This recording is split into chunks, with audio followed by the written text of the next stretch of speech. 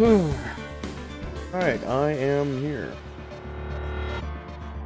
So normally I don't plan on doing these games, these types of games on here, but you know, stuff happens.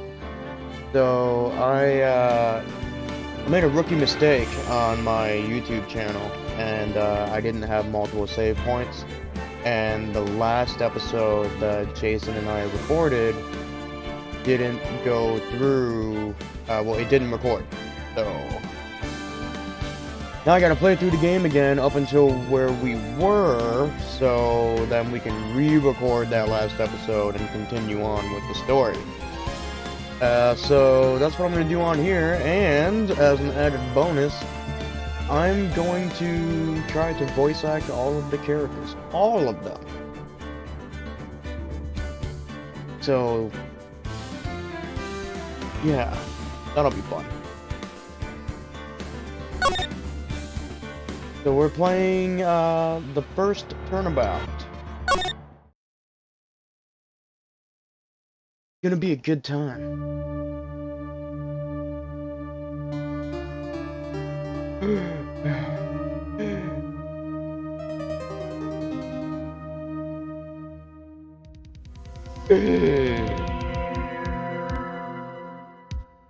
Damn it, why me?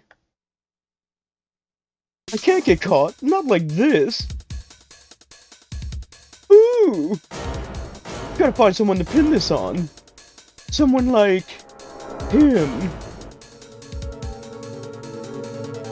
I'll make it look like he did.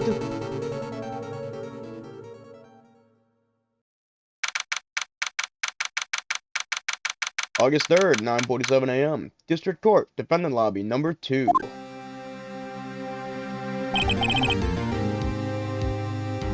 Boy, am I nervous. Right. Oh, hiya, Chief. Whew. I'm glad I made it on time. Well, I have to say, Phoenix, I'm impressed. Not everyone takes on a murder trial right off the bat like this. It says a lot about you, and your client as well. Thanks. Actually, it's because I owe him a favor. A favor? You mean you knew the defendant before this case? That seems, you know, like conflict of interest. Yes. Yes, it is. Actually, I kind of owe my current job to him. He's one of the reasons I became an attorney. Well, that's news to me. I want to help him out any way I can. I just really want to help him. I owe him that much. It's over. My life, everything, it's all over. Is that your client screaming over there? Yeah, that's him. Death, despair. Ooh. I'm gonna do it. I'm gonna die. It sounds like he wants to die. Oh, really? Yeah. Nick! Hey. Hey there, Larry. Dude, I'm so guilty. Tell him I'm guilty. Give me the death sentence. I ain't afraid to die. What? What's wrong, Larry? No, it's all over. I'm finished. Finished. I can't live in a world without her. I can't.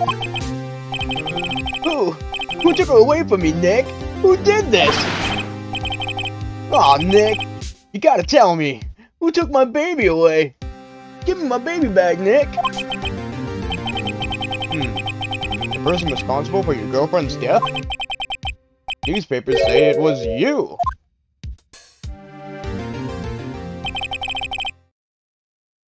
My name is Phoenix Wright. Here's the story, all about how my life got flipped-turned upside down. My first case is a fairly simple one. There's a dead body. A young woman was killed in her apartment. The guy they arrested was the unlucky sap dating her. Larry Butts. My best friend since grade school.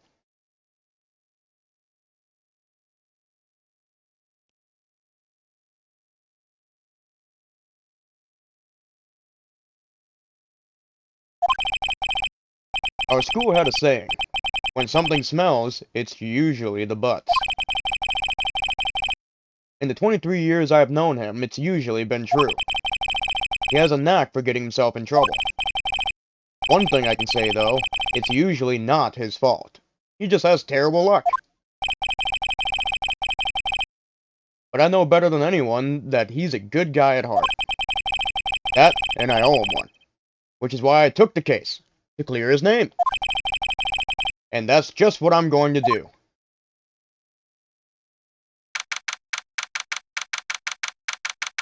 August 3rd, 10 a.m., District Court, Courtroom number 2.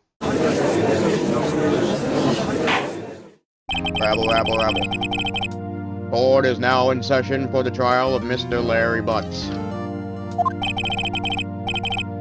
The prosecution is ready, Your Honor. The, defense is ready, Your Honor.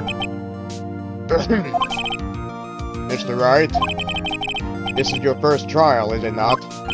Yes, Your Honor. I'm, a little nervous. Your conduct during this trial will decide the fate of your client. Murder is a serious charge for your client's sake. I hope you can control your nerves. Thank you, Your Honor. Mr. Wright, given the circumstances, I think we should have a test to ascertain your readiness. Yes, Your Honor. Hands shaking. Palms sweaty. Mom spaghetti. Eyesight fading. The test will consist of a few simple questions. Answer them clearly and concisely.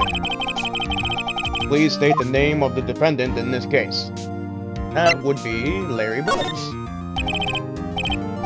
The defendant? Well, that's Larry Butts, Your Honor. Correct. Just keep your wits about you and you'll do fine. Next question. This is a murder trial. Tell me, what's the victim's name? I know this one. Glad I read the case report cover to cover so many times. I did that, right? Uh-oh. No way. I forgot. I'm drawing a total blank here. Phoenix, are you absolutely sure you're up to this? You don't even know the victim's name? The victim. Of course I know the victim's name. I, just forgot. Temporarily. I think I feel a migraine coming on. Look, the victim's name is listed in the court record. Just press R1 to check it at any time, okay? Remember to check it often. Do it for me, please. I'm begging you. Mr. Wright, who is the victim in this case? That would be... Oh, of course it's Cinderblock, right? Yeah. Cindy Stone. The victim's name is Cindy Stone. Correct. Now tell me, what was the cause of death? She died because she was... And then we have a Dora the Explorer moment where he pauses and lets me answer. Hit with a blunt object. She was struck once by a blunt object. Correct. Wow, you're not an idiot. You've answered all my questions. I see no reason why we shouldn't proceed. You seem much more relaxed, Mr. Wright. Good for you. Thank you, Your Honor. Because I don't feel relaxed, that's for sure. Well then.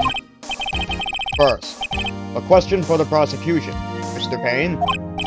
Yes, Your Honor. As Mr. Wright just told us, the victim was struck with a blunt object. Would you explain to the court just what that object was? The murder weapon was this statue of the Thinker. It was found lying on the floor next to the victim. I see. The court accepts it into evidence. Statue added to the court record. Hooray! Hi, whoever's watching. I didn't miss you. Right. Be sure to pay attention to any evidence added during the trial. That evidence is the only ammunition you have in court. Use the R1 button to check the court record frequently. Mr. Payne, the prosecution may call its first witness. The prosecution calls defendant Mr. Butts to the stand. Chief, what do I do now? Pay attention, you idiot! You don't want to miss any information that might help your client's case. You'll get your chance to respond to the prosecution later, so be ready. Let's just hope he doesn't say anything unfortunate. Uh-oh. Larry gets excited easily. This could be bad.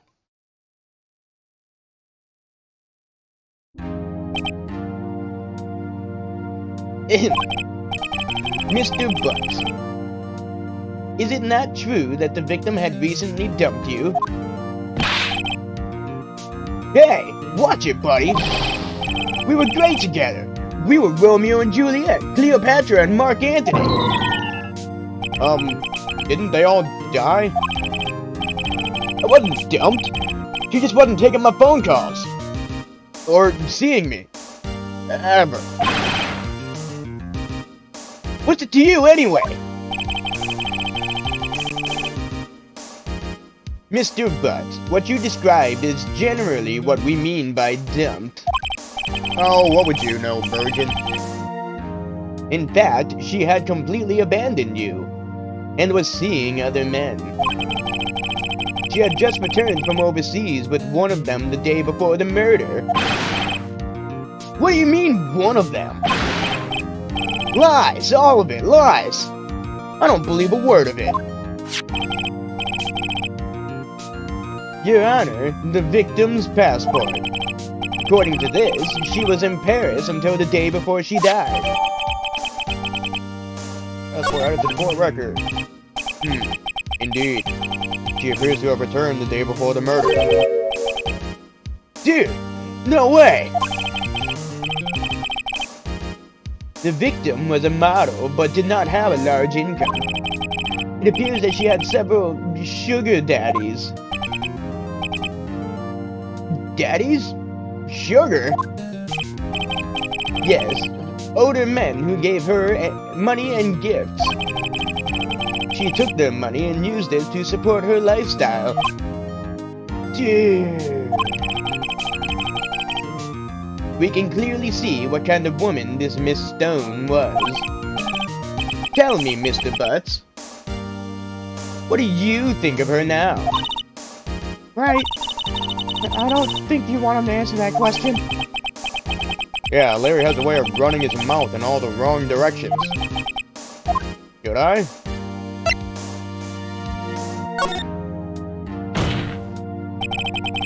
My client had no idea the victim was seeing other men.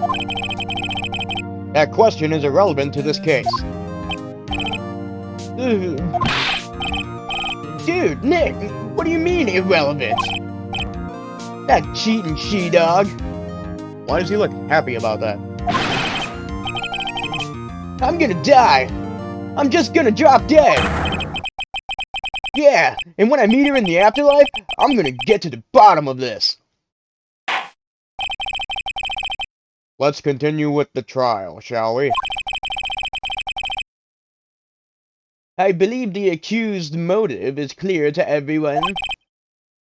Yes, quite. Clearly he did it. Oh boy, this is so not looking good.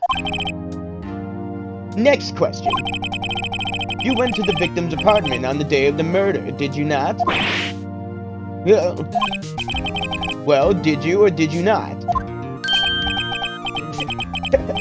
Well, maybe I did, maybe I didn't. Oh, he went. What do I do?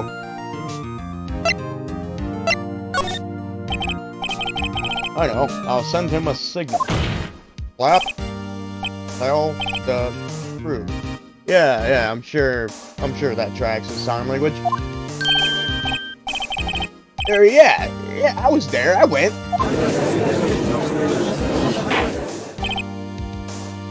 Order. Well, Mr. Butts? Dude, chill. She wasn't home, man. So, like, I didn't see her. Your Honor, the defendant is lying. Lying? Who would do that in a court of law? The prosecution would like to call a witness who can prove Mr. Butts is lying. Well, that simplifies matters. Who is your witness? The man who found the victim's body. Just before making the gruesome discovery, he saw the defendant fleeing the scene of the crime.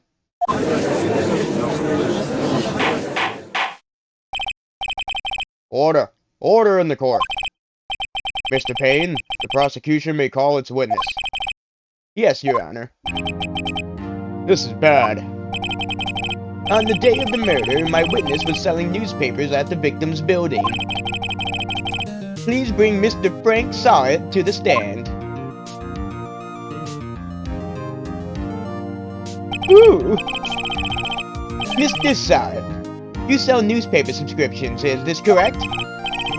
Oh, yes! Newspapers, yes! Mr. Sawyer, you may proceed with your testimony. Please tell the court what you saw on the day of the murder. Witness's account. I was going door to door selling subscriptions when I saw a man fleeing an apartment. I thought he must be in a hurry because he left the door half open behind him. Thinking it strange, I looked inside the apartment. Then I saw her lying there, a woman, not moving, dead. Ooh! I quailed in fright and found myself unable to go inside. I thought to call the police immediately. However, the phone in her apartment wasn't working. And you said you didn't go inside, so that's weird. I went to a nearby park and found a public phone. I remember the time exactly. It was 1 p.m. The man who ran was without a doubt the defendant sitting right over there.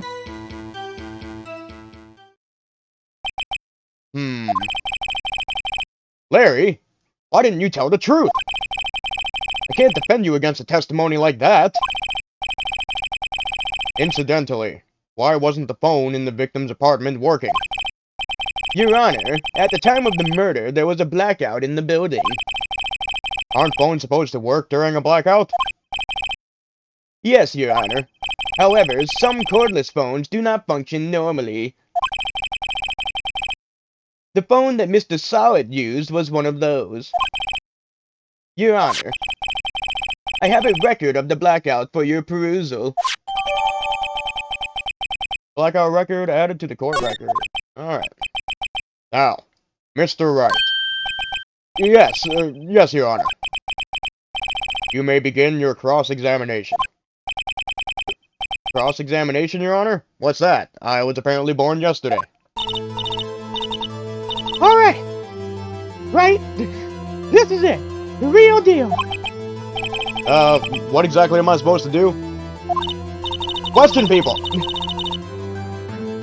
Why, you exposed the lies in the testimony the witness just gave, you idiot! Lies? What? He was lying? Your client is innocent, right? And that witness must have lied in his testimony. Or is your client really guilty? How do I prove he's not? You hold the key. It's in the evidence. Compare the witness's testimony to the evidence at hand. There's bound to be a contradiction in there. First, find contradictions between the court record and the witness's testimony. Then, once you've found the contradicting evidence, present it and rub it in the witness's face. Okay. Like a dog?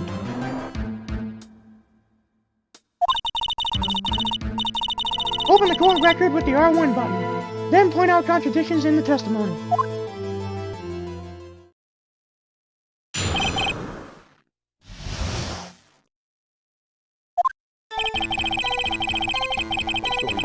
Selling subscriptions when I saw a man clearing an apartment. I thought he must be in a hurry because he left the door half open behind him. Thinking it strange, I looked inside the apartment. I saw her lying there, a woman not moving, dead. I quailed in fright and found myself unable to go inside. I thought to call the police immediately. However, the phone in her apartment wasn't working. Went to a nearby park and found a public phone. I remember the time exactly, it was 1 p.m.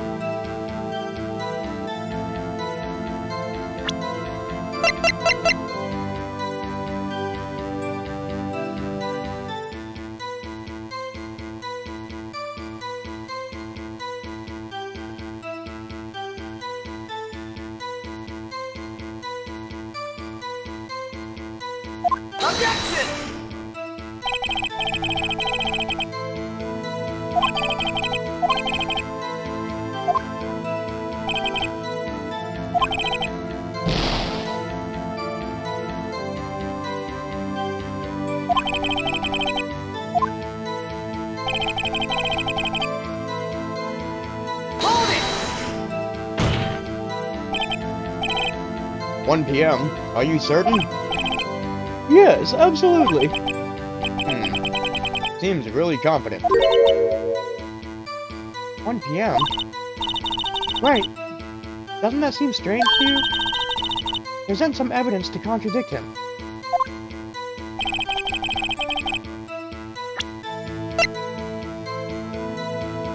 Oh. Duh. Objection! You found the body at 1 p.m.? You're sure? Yes, it was 1 p.m. for certain. Flap. Frankly, I find that hard to believe. Your statement directly contradicts the autopsy report. The autopsy notes the time of death at sometime after 4 p.m. There was no body to find at 1 p.m. How do you explain this 3-hour time gap? Oh, that, This is trivial. The witness merely forgot the time. After his testimony, I find that hard to believe. Mr. Saw It. Why were you so certain that you found the body at 1 p.m.?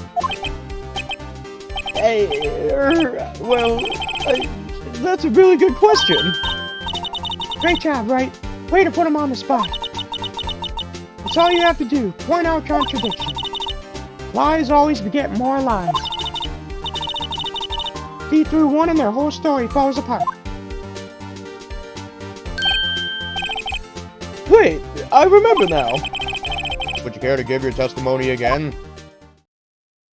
I need something to drink.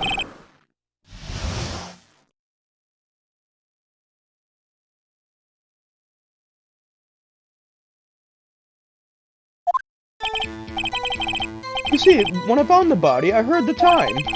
There was a voice saying the time. It was probably coming from the television. Oh, but it was 3 hours off, wasn't it? I guess the victim must have been watching a video of a taped program. That's why I thought it was 1 p.m. Terribly sorry about the misunderstanding.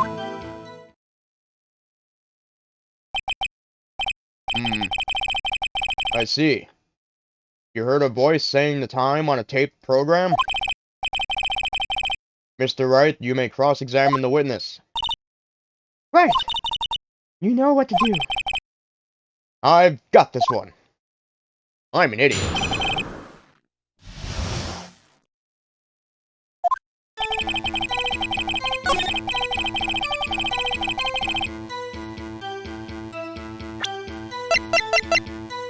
Objection! Hold it right there. The prosecution has said there was a blackout at the time of the discovery. And this record proves it. Flap. You couldn't have heard a television. Or a video. Well... The defense has a point. Do you have an explanation for this, Mr. Saw It? No, I find it quite puzzling myself. Quite. Ah, wait, I remember now. Mr. Saw It? The court would prefer to hear an accurate testimony from the very beginning. These constant corrections are harming your credibility. That, and you seem rather distraught. My apologies, Your Honor. It must have been the shock of finding the body. Very well, Mr. Saw It. Let's hear your testimony once more, please.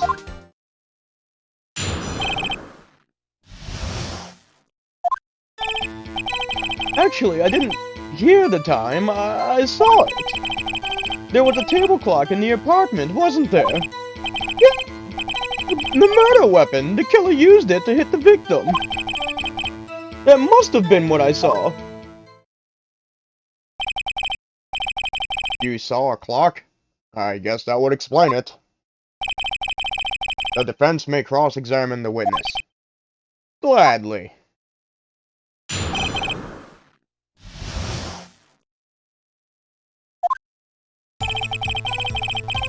Actually, I didn't hear at the time I saw it. There was a table clock in the apartment, wasn't there? Yeah, the murder weapon. The killer used it to kill the victim. Yeah, well, here's the problem. Objection! Wait just a moment. Clap. The murder weapon wasn't a clock. It was this statue. Now, how is this supposed to be a clock? What? You with your objections? And your evidence? Just who do you think you are? Just answer the question, Mr. Saw It. Hey, I saw it there, okay? That's a clock. Your Honor, if I may. Yes, Mr. Payne. As the witness stated, this statue is indeed a clock. The neck is a switch. You just tilt it and it says the time out loud. As it doesn't look like a clock, I submitted it as a statue. My apologies. I see. So the murder weapon was a table clock after all. Well, Mr. Wright, it appears that the witness's testimony was correct. This is a clock. Do you have any problems with this testimony now? Yes? Your Honor, there is a gaping hole in the witness's testimony. The only way he could have known the weapon was a clock is to hold it in his hand. Yet the witness testified that he never entered the apartment. Clap. Clearly, a contradiction. Indeed.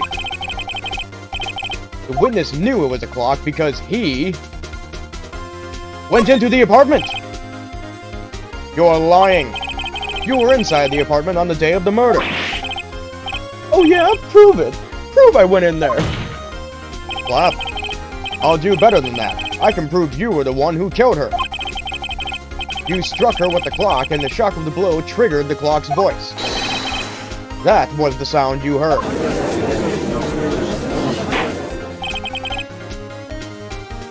Order in the court. Intriguing.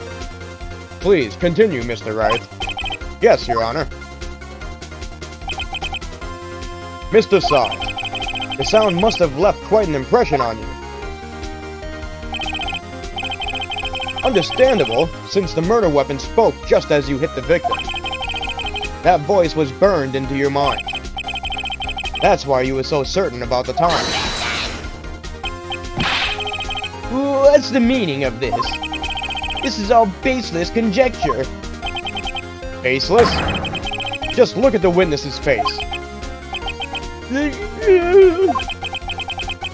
Would the witness care to elaborate?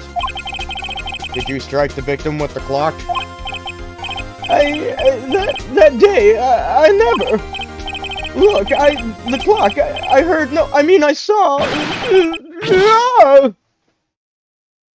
Alright. Shut up! I hate you! It was him, I tell you, I saw him!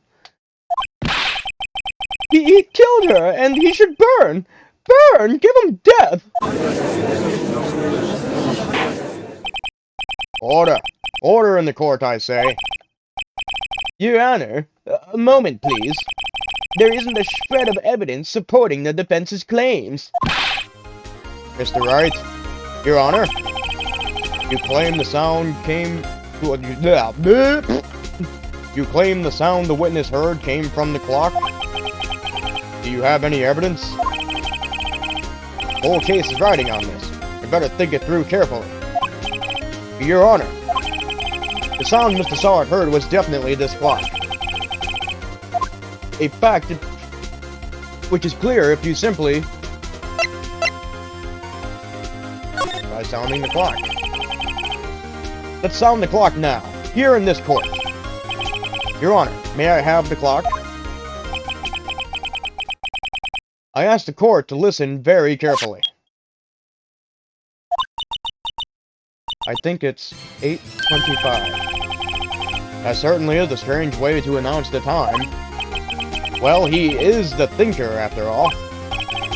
So we've heard the clock. What are your conclusions, Mr. Wright?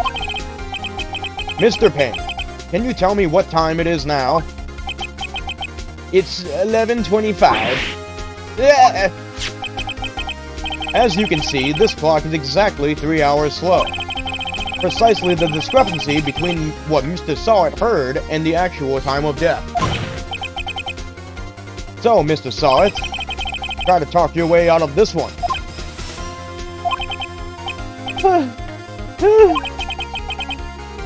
You forgot one thing. Uh-oh. What's he talking about now?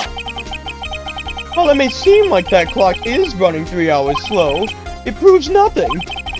How do you know it was running 3 hours slow on the day of the murder? If you can't prove that, you don't have a case. He's right. How am I going to prove that? Damn, I was so close. Mr. Wright, it seems you lack the critical evidence to support your claim. Yes, Your Honor. This means I cannot let you indict the witness. Unfortunately, this ends the cross-examination of Mr. Frank Sawit. I come all the way down here to testify, and look what happens. You treat me like a criminal. A criminal! You lawyers are all slime. I almost had him. Slap. Sorry, Larry. I failed you.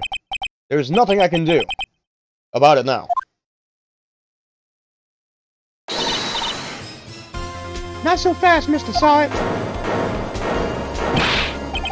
Mia? I mean Chief. Listen up, Wright. Don't throw this one away. Not like this. Think! But Chief, it's over. I can't prove the clock was slow the day of the murder. Nobody can prove that. Well, yes. But that doesn't mean you can't still win. Try thinking out of the box. Don't waste time doubting the facts. Assume the clock was 3 hours slow and think through it. Ask yourself, why was the clock 3 hours slow? Figure out the reason and you'll have your proof. Right? Right? Can you think of a reason as to why the clock would be 3 hours slow? Yes. Wait. Maybe I can prove it. You must have evidence somewhere that can prove it, right? Find it and let him have it. Well, Mr. Wright, you say the clock was already running slow on the day of the murder. Have you found evidence to support this claim? Of course. There is a piece of evidence in the court record that can prove my claim beyond a doubt. Tough words. Let's see you pulled this one off. Let's see this evidence that proves why the clock was running slow. Take that! What? The victim had just returned home from abroad the day before the murder. As we all know, the time difference between here and Paris is 9 hours. When it's 4 p.m. here, it's 1 a.m. the next day there. Yeah, everybody knows that. Duh. The clock wasn't 3 hours slow, it was 9 hours fast. The victim hadn't reset her clock since returning home. That's why the time you heard when you struck her dead in her apartment was wrong. Slap. Proof enough for you, Mr. Sawit? Or should I say, Mr. Did It? Ha! Got him.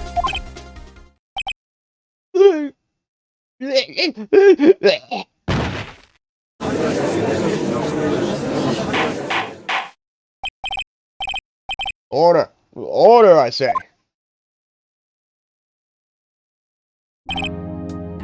Well, this case has certainly turned out differently than we all expected.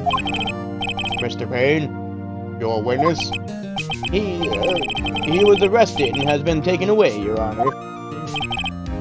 Very well. I should have known that, since I'm the judge. Right. Mr. Wright? Yes, Your Honor. I have to say, I'm impressed. I don't think I've ever seen someone complete a defense so quickly. And find the true culprit at the same time. Thank you, Your Honor. At this point, this is only a formality, but this court finds the defendant, Mr. Larry Butts, Not guilty!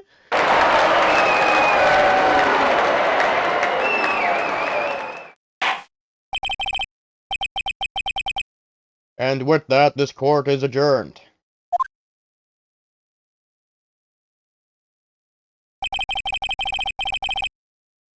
It turns out that Frank Sauer was a common burglar. He posed as a newspaper salesman to check and see when people were out of the house. That day,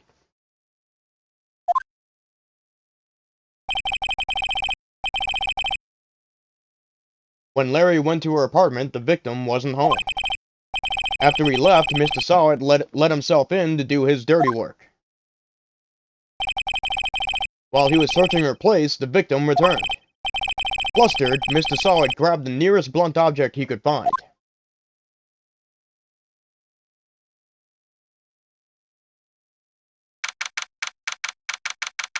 August 3rd, 2:32 p.m., District Court, Defendant Lobby Number 2.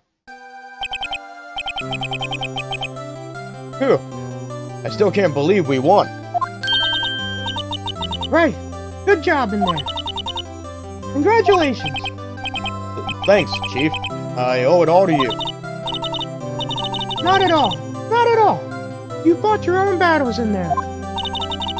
It's been a while since I've seen a trial end on such a satisfying note. I've never seen the Chief looking this happy. If she's this glad, imagine how Larry must feel. My life is over! Larry, you're supposed to be happy. What's wrong now? Aw, Nick. Don't worry about me, man. I'll be dead and gone soon. Good. Wait, no. I mean, bad. Bad, bad, bad. Larry, you're innocent. The case is closed.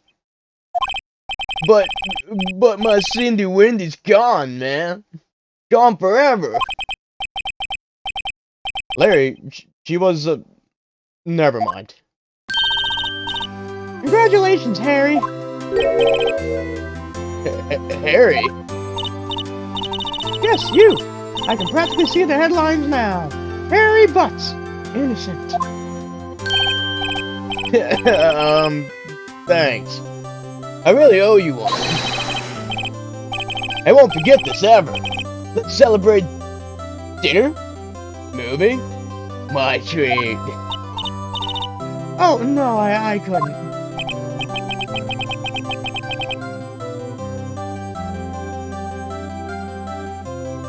Hey, I was the one who got you off the hook.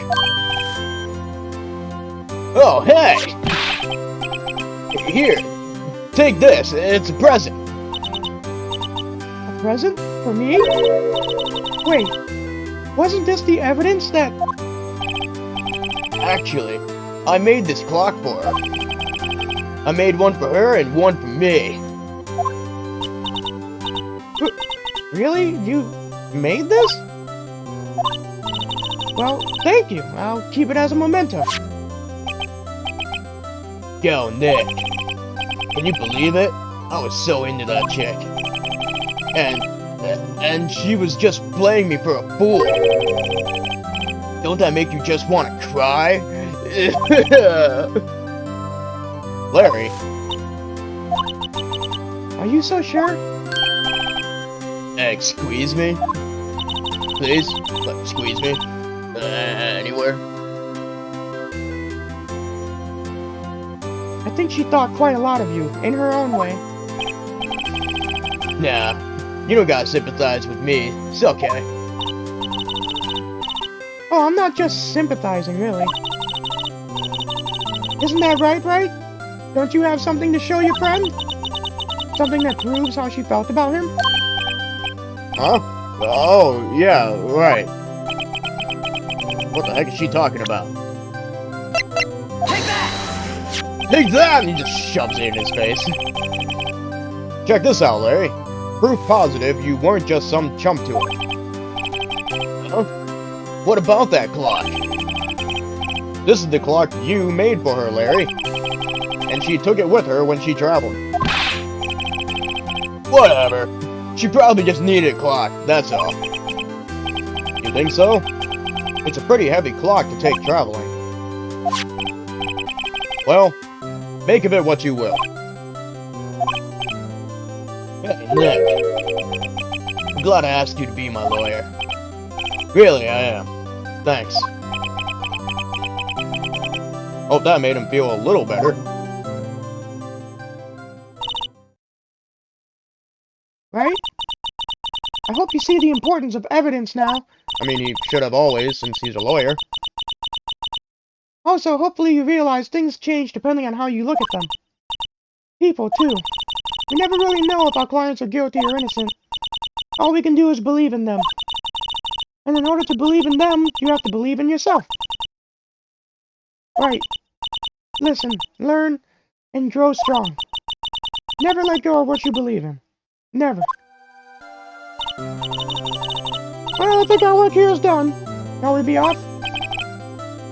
Yeah, I guess so. Hey, how about dinner? On me? Or drink a toast to innocent bucks? Yeah. Oh, speaking of Harry, you were saying part of why you became a lawyer was because of him? Yeah. Part at least. You have to tell me more about it sometime. Maybe over drinks? I think she's got the hots for me. And so my first trial came to a close. Larry slapped me on the back and said, "Gee, Nick, it's good to have friends." But I'm pretty sure he's not going to pay us. Unless you count the clock he gave Mia. I didn't know it then. But that clock was soon going to be at the center of another incident. And my promise to tell the chief about me and Larry would be one promise that I wouldn't be able to keep.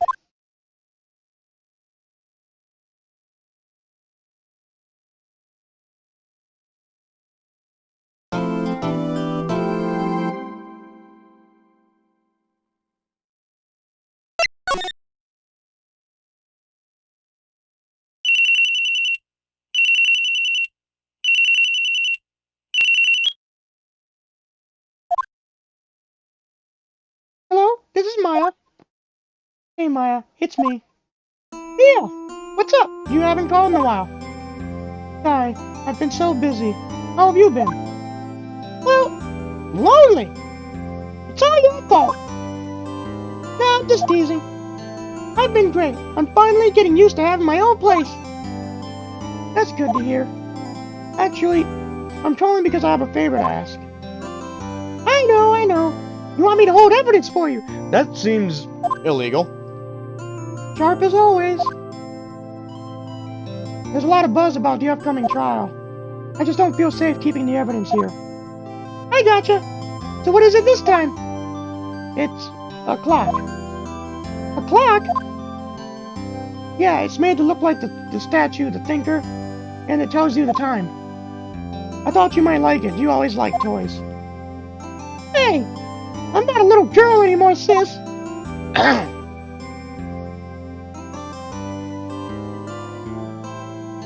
No, you know I'm only teasing. God damn it. I should probably tell you the clock isn't talking right now.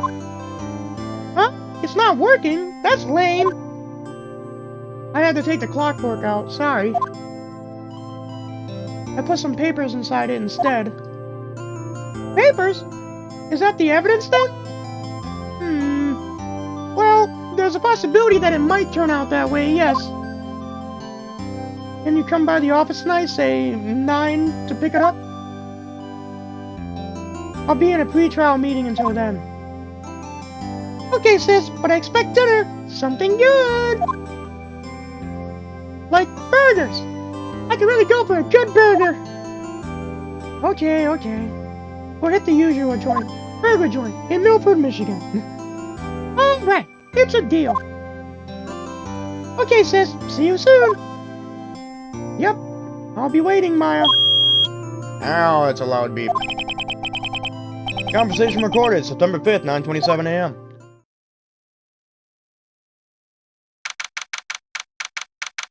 September 5th, 8:57 p.m.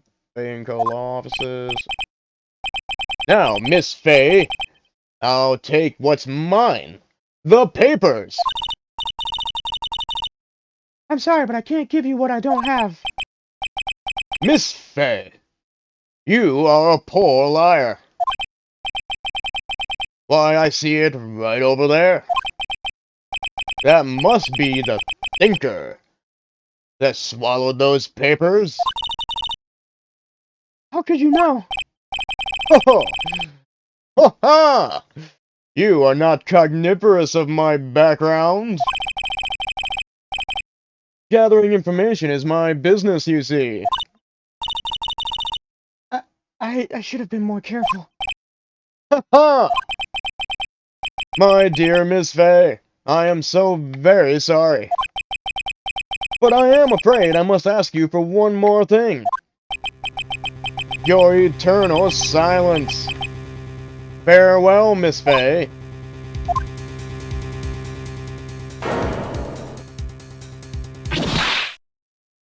Slap.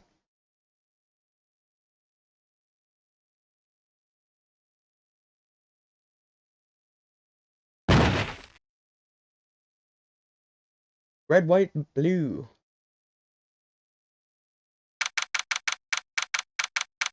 September 5th, 9:08 p.m. Faye & Co. Law Offices. Uh-oh, I'm late. Oh, that's strange. Guess the chief left without me. He said her sister was coming over, so we should all go out for dinner. What's that smell? Blood? Mia! Maybe she's in her office.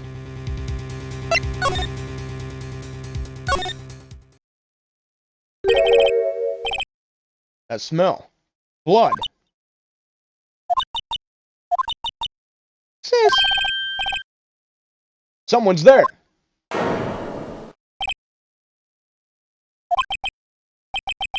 Chief? Chief? Chief! Metal Gear.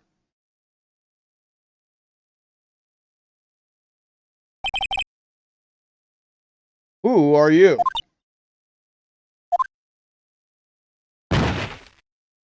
Alright. Strange girl dropped out cold. I left her lying on the office sofa. I went back to the chief where she lay under the window. Her body was still warm. I could feel it when I held her shoulder.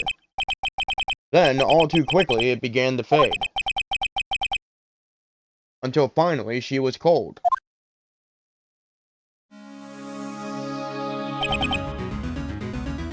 Chief.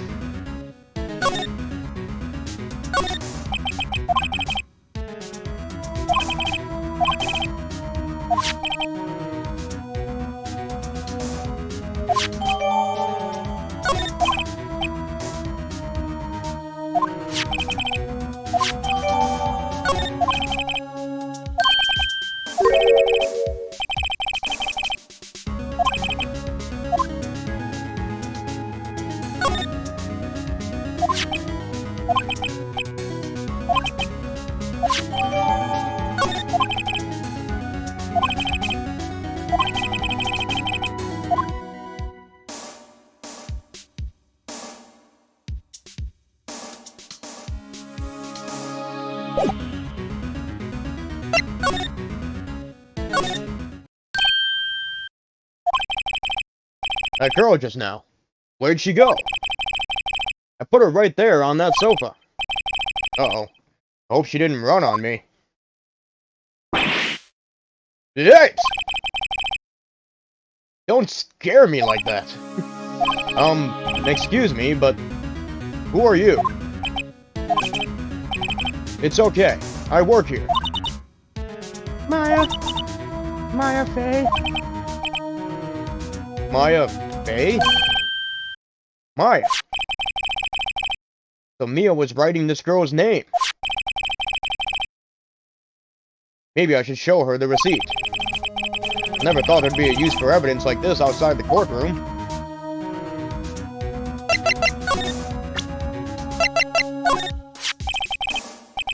Before Mia died, she wrote a message with her own blood. She wrote it on the back of this receipt. That's my name. Why? Why would she write my name? Please, just calm down. Start slapping her. Why would Sis write my name? Uh-oh, now I've done it. I better hurry up and call the police.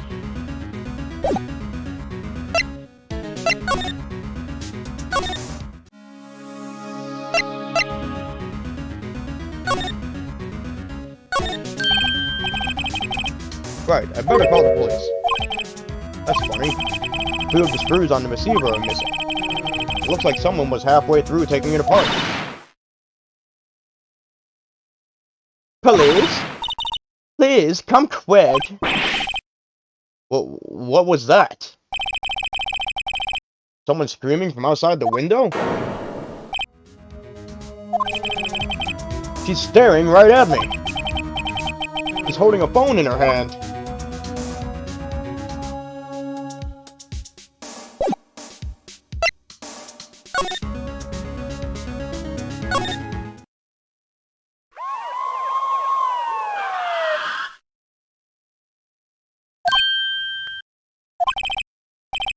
The police! Scatter! Sounds like they're coming this way. Freeze! Police!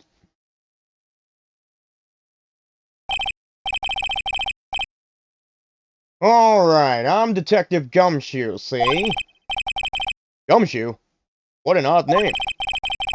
We received a report from the building across the way, see? Got a person saying they saw a murder. It must have been that woman I saw. Anyway, I don't want either of you moving 1 inch, okay? Great. Just great. Maya, wait. She wouldn't have... Wow! Excuse me! This word Maya here mean anything to you? That's my name? What? The victim drew this here note in her own blood, see? With her dying breath, she wrote down the killer's name. Killer? Case closed, you're coming down to the precinct, ma'am. What?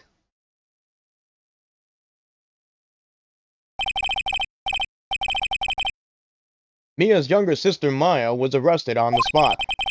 I was taken in for questioning and didn't get out until the next morning. My eyes were heavy, but I couldn't sleep. I sat around waiting for visiting hours to begin at the detention center. I had to talk to Maya as soon as possible. September 6, 9:07 a.m. Detention center, visitors room.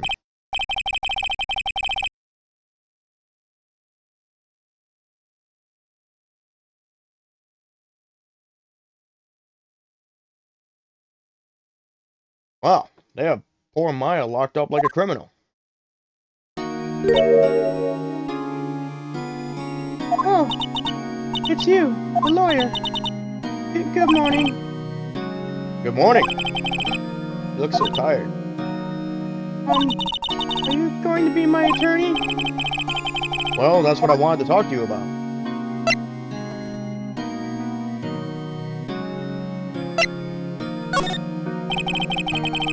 Better give it to her straight. It's up to you. Up to me? Yes, I don't think this is something I should decide. After all, you're the one in trouble here. They're never going to believe me, are they? Even you, when you found me in the office, you looked at me like I had done it. Did I look at her like that? No. I never thought. It's okay, I understand. And I've also heard about you. Heard? Heard what about me? I was talking to my sister on the phone the other day. Today was my junior partner's first time in court. Wow, really? How'd that go? It was quite the scene. Honestly, I was on edge the whole time. It's been a while. Alright, well, I will be right back because I need to put my son down to bed. Boop. Be right back.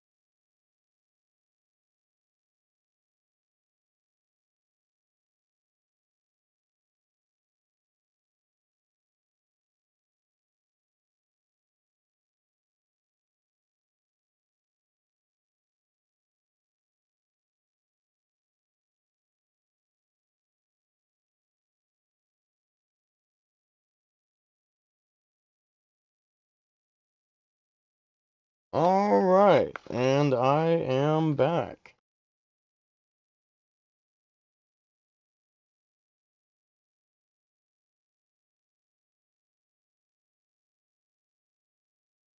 Yeah. Let's go quick here. Bam. I've already doing this whole voice acting thing for over an hour now.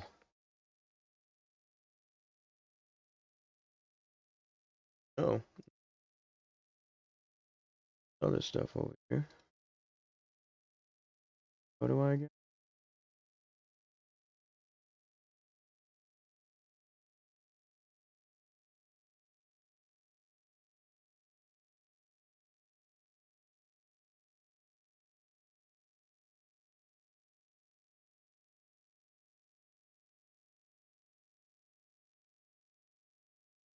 Ready? Alright, anyway. Back to the stream. Ah, so he crashed and burned. He's a genius. One of those strike fear into the hearts of evil types. The only thing he's lacking is experience.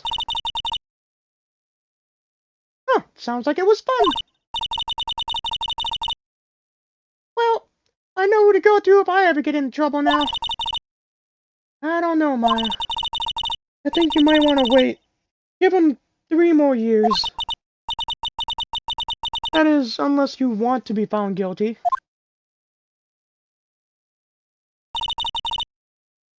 That's what she said. I'm sorry. I didn't mean to insult you.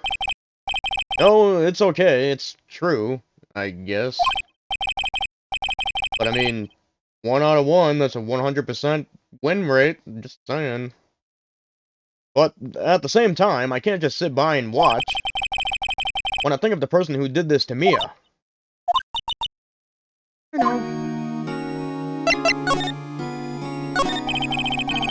There's something I've been wanting to ask you. Yes? What's with that outfit?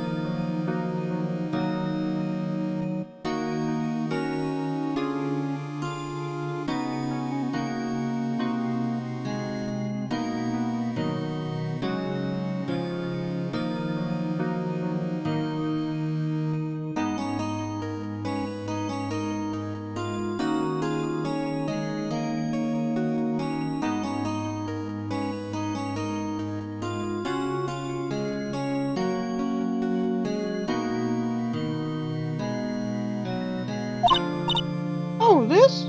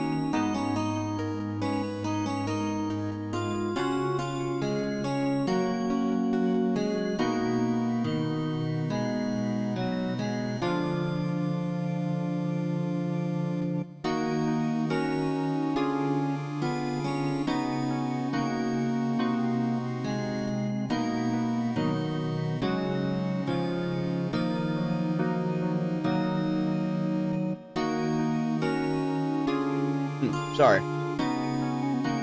This is what all acolytes wear. It's my uniform, you could say. Acolytes? Like, people in religious training? What is it you do? Oh, it's nothing. Nothing strange, really. I'm a spirit medium. In training. Spirit medium?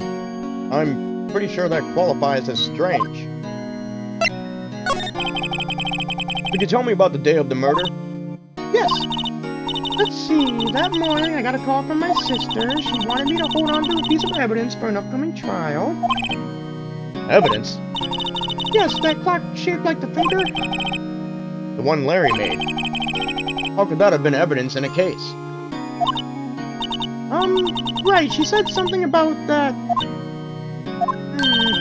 I remember. Do you want to hear it in her own voice? Her own voice? Yes. I'm pretty sure our conversation is on my cell phone. You recorded it? Yeah. I forgot how to delete those things. Oops. Your cell phone. So you say you have a conversation with your sister on your cell phone? Let's hear it. Right. Oh, I just remembered that detective took my cell phone. Sorry. Oh, right. Of course. Next time I see Detective Gumshoe, I'll ask him for it. I'll write you a note so you don't forget, okay? Sure, thanks. Alright, the conversation I had with my sister is recorded on my cell phone. Oops, another thing on the day of the crime.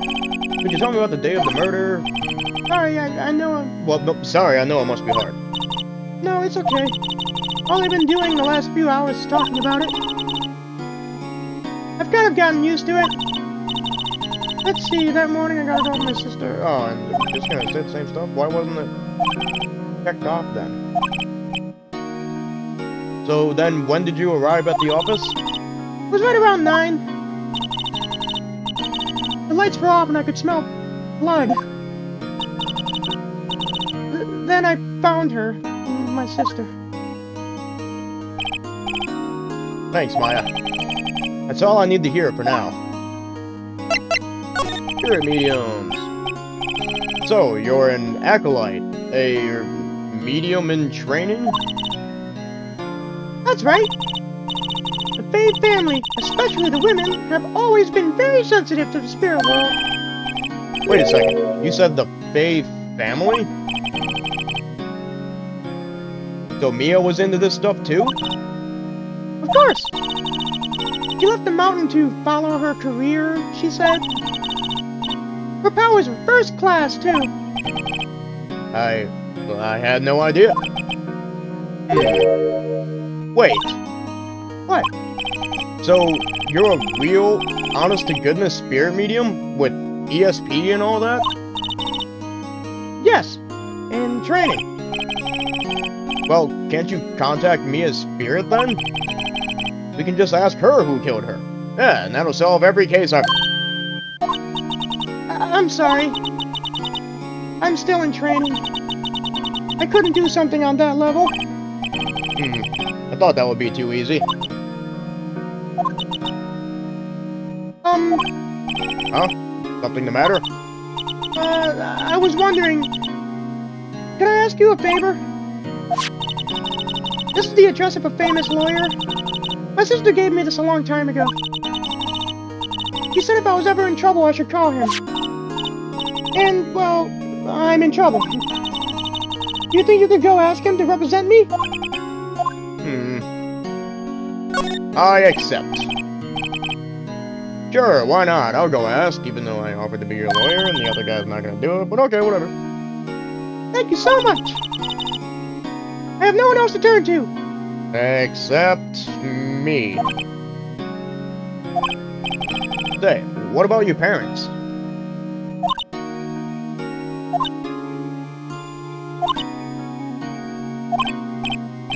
I see.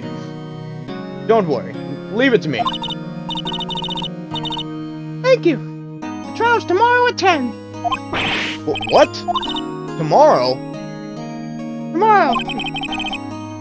What if this guy refuses? They told me that if I don't find one, the state will pick an attorney to defend me. When will that happen? They're giving me until 4 this afternoon. And visiting hours are almost up. I'd better hurry. Right, I'll be back.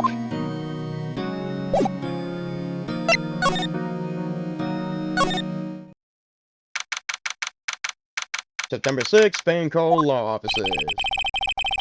The office is filled with police officers. They're all busily searching for clues.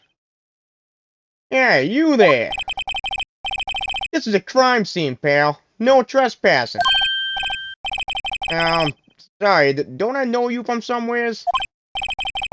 Wait a minute, you're that Butts guy, aren't you? No, Phoenix Wright. How could anyone mistake me for Larry? Guess I got the wrong name. Mr. Wright, sorry about that. That Butts guy, he was a killer. And you're no killer, right? He was proven innocent. Right, and you were... We're gonna say his name is Detective Suede Shoes. Suede Shoes, wasn't it? That's me. Don't step on my blue suede shoes. Wait a minute. That's a song, pal. My name's Dick Gumshoe. Wait. That's Detective Gumshoe to you, pal. Anyway, get the name right. And don't go calling me Dick. Hey, Dick, get over here. Yes, sir. Be right there. I'm a dick. Yeah. You're her lawyer, right, pal? If you got business here, you'd better do it quick. Lickety-split. Huh. He thinks I'm Maya's lawyer. What an idiot.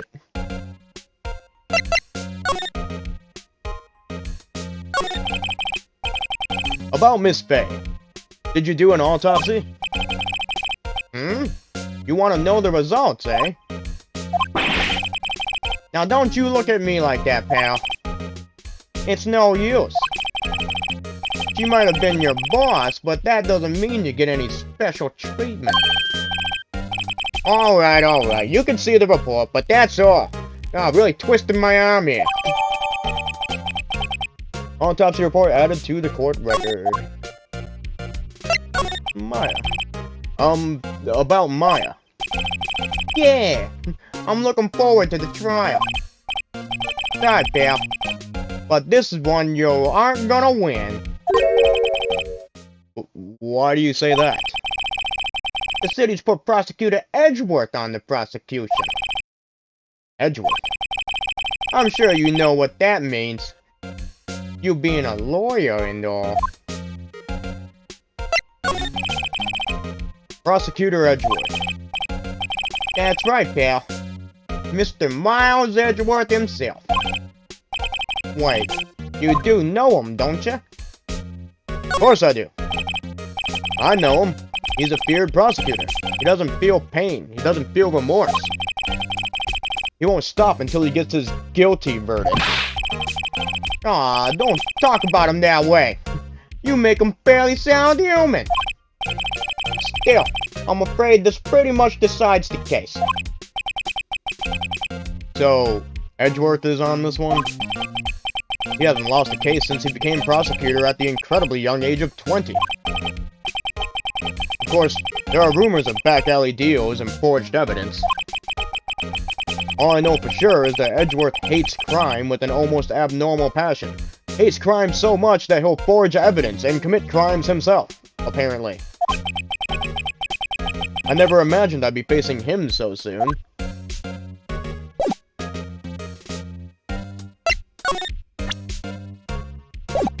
Wait, I can't ask about the phone? Well, shit. Maybe I can,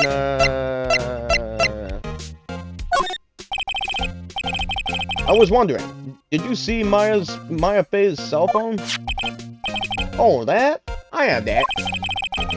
Do you think you could give it back?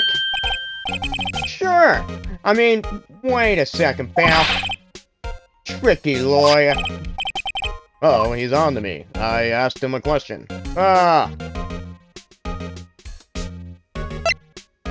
Tell him not so straight. Okay, I can't be straight with this guy, but what should I tell him? Something the matter? Oh, no, that carrying strap on the cell phone. This? It says the Steel Samurai, warrior of old Neo-Tokyo. Of Neo-Old Tokyo, but, you know, it's a contradictory title, that's all. The Steel Samurai. That action hero on TV? Yeah, you see that strap as a collector's item. She was worried it might get lost if it went down to the precinct. That what she said? Yes? Okay, pal. I wrote down all the numbers she called anyway. Here you go. Seems he didn't notice the recorded conversation. My cell phone received from Detective Gumshoe. Check the court record to hear the recorded conversation. I guess I've asked all the questions I need to. You all done, pal? Yes. Thank you. I'll be heading out now.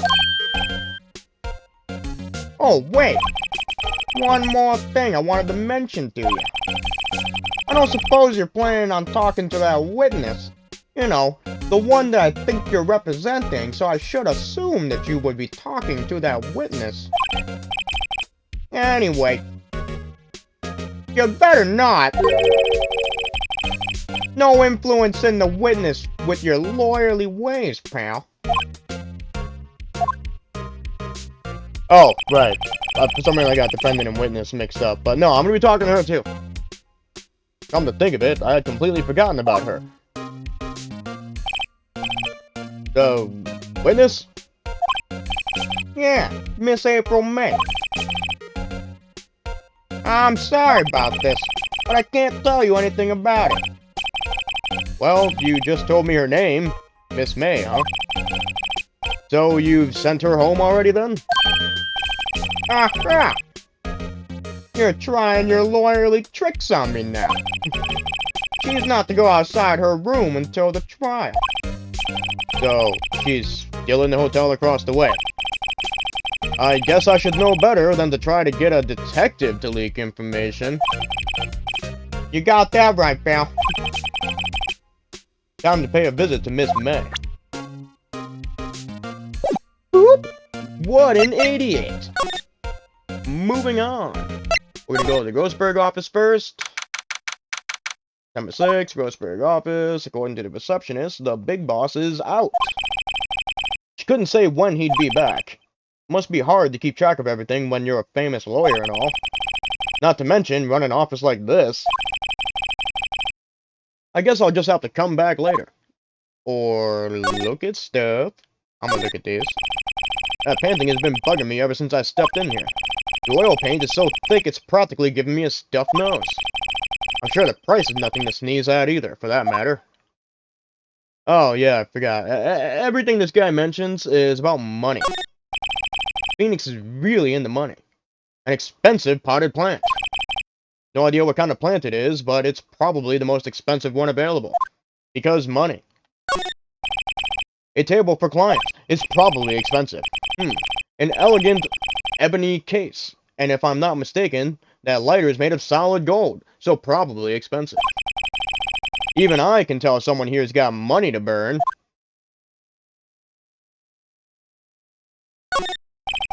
A solid mahogany desk. The wood's been polished to a deep luster. And it was probably expensive. Expensive-looking mahogany bookshelves filled with expensive-looking books. Funny. They don't look like they've ever been read before.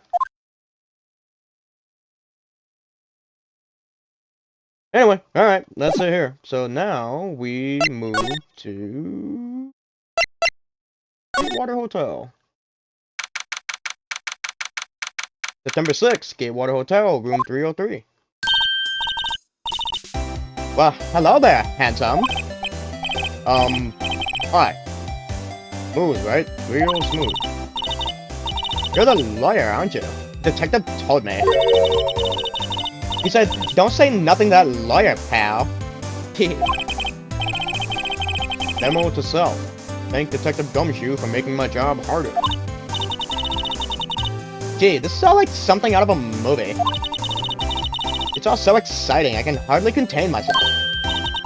Ooh, let me go freshen up so I can look the part of the beautiful eyewitness. I pity the lawyer that has to cross-examine this one. But, alright, let's examine here. Alright, The late summer sunlight streams through the window. There's the Bay & Co. Law Offices building, of course. You can see the inside of the room pretty clearly from here. I think it would be a little difficult to recognize a face from this distance, though. A bottle and 2 glasses are on the table. Somebody must be staying with her.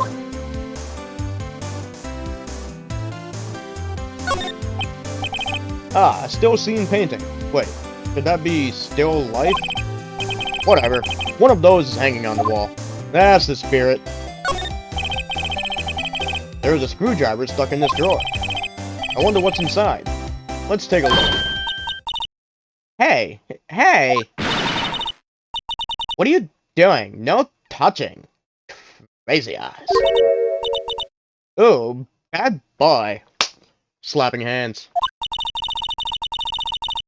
You really shouldn't pry around in other people's rooms now. You wouldn't want to make me upset, would you? Upset? I thought she was going to explode for a second there. I wonder what could be inside that drawer. Alright, now let's talk to you, crazy pants. Do you think you could tell me something? I need you to describe what you observed at the time of the incident. Ooh, observe? Incident? You sound just like a lawyer in the movies. I like a man with a big vocabulary. Better not encourage her. You know that thing that happened the other day? The bad thing? What did you see when it happened? I don't suppose you could tell me about it? Pretty please?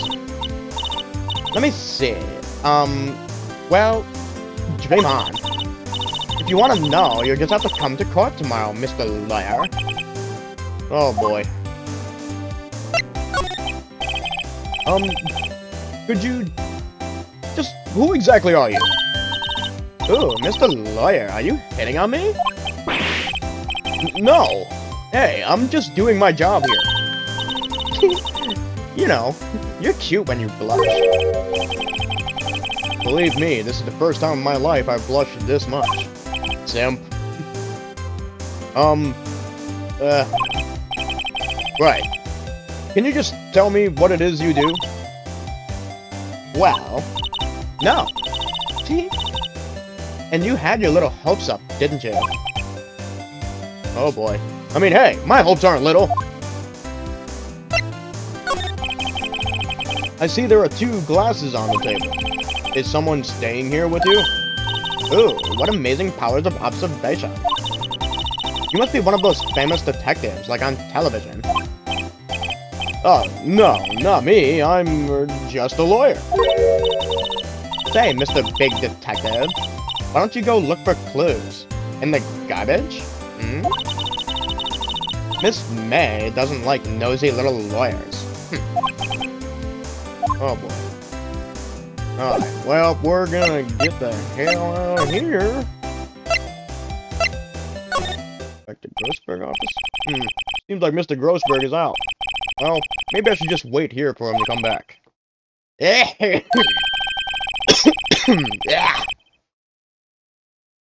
If that wasn't the most over-the-top clearing of the throat I've ever heard. Uh-huh. So you're the one they say has been looking for me. Yes, that's me. He looks even grander than I imagined. That badge on your collar.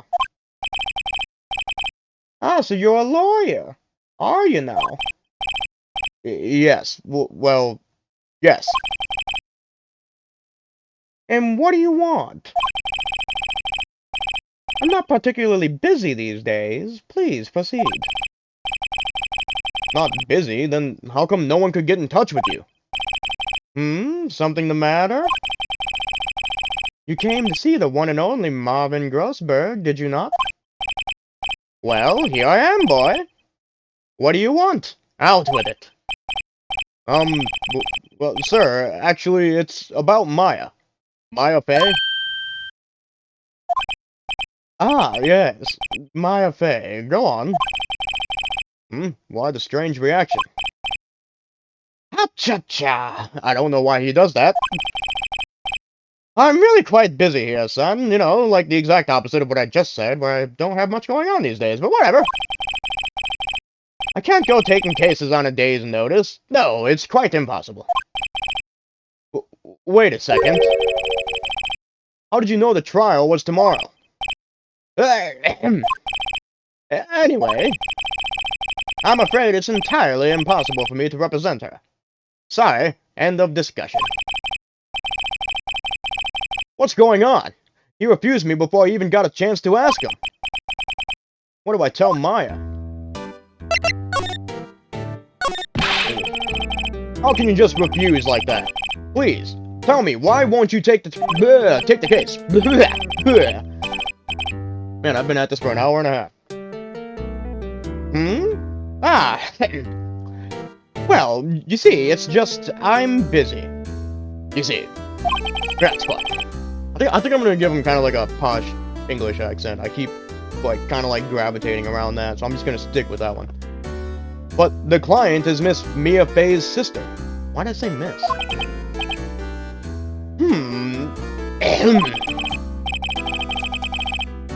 Mia trusted you. She knew her sister would be in good hands. Yes, of course, I know that. However, I'm sorry, but I must refuse. Sorry, goodbye. Creep. Fine. I don't have time to argue with you anyway. I'll go look elsewhere. You dick. That's a spotted dick to you, sir. I think not. Huh? Did you say something? I think not, I said. I ain't no chump. I'll say it right to your face. What do you mean? I'm terribly sorry, my boy. But I'm afraid that no lawyer worth their salt will take on this particular case. Terribly sorry, my boy. Why? I cannot say. I beg your pardon, but could you leave? Now? I have nothing more to discuss with you. What's going on here? How did you know Mia Fey? Also, I'm not leaving. She worked here a long time ago. Quite the apprentice, that one. Learned my techniques in the blink of an eye. Which I don't blink. So it took her a long time. She left one day, quite suddenly. She had a mission, you see. A mission? You could see it in her eyes. She followed it with a burning passion. Never looked back, that one. That's quite a pain. Aha! You noticed. It's my pride and joy. Impressive, isn't it? Well, isn't it? The color of the sky, the hue of the sea, the weave of the straw hat. It's worth at least 3 million. I have no intention of parting with it, of course. No, I won't sell it. Not even to you, a person I don't know. I wasn't interested. It's not for sale. I'm not buying. Jeez. Anyway, now we gotta drop the bad news on Maya. Here we go. September 6th, 3:42 p.m. Detention Center, Visitors Room. Hiya! Hiya, Maya. Aha, that rhymed. Oh, you're back. Did you find the lawyer? Well... What do I tell her? Well, see... Just be honest. I really don't think you should use that guy. He didn't seem healthy. He was all skin and bones. What a weird thing to lie about like, okay. What really happened? Ah, perceptive. You can see I'm an idiot. Thank you. You don't mean he refused to help? I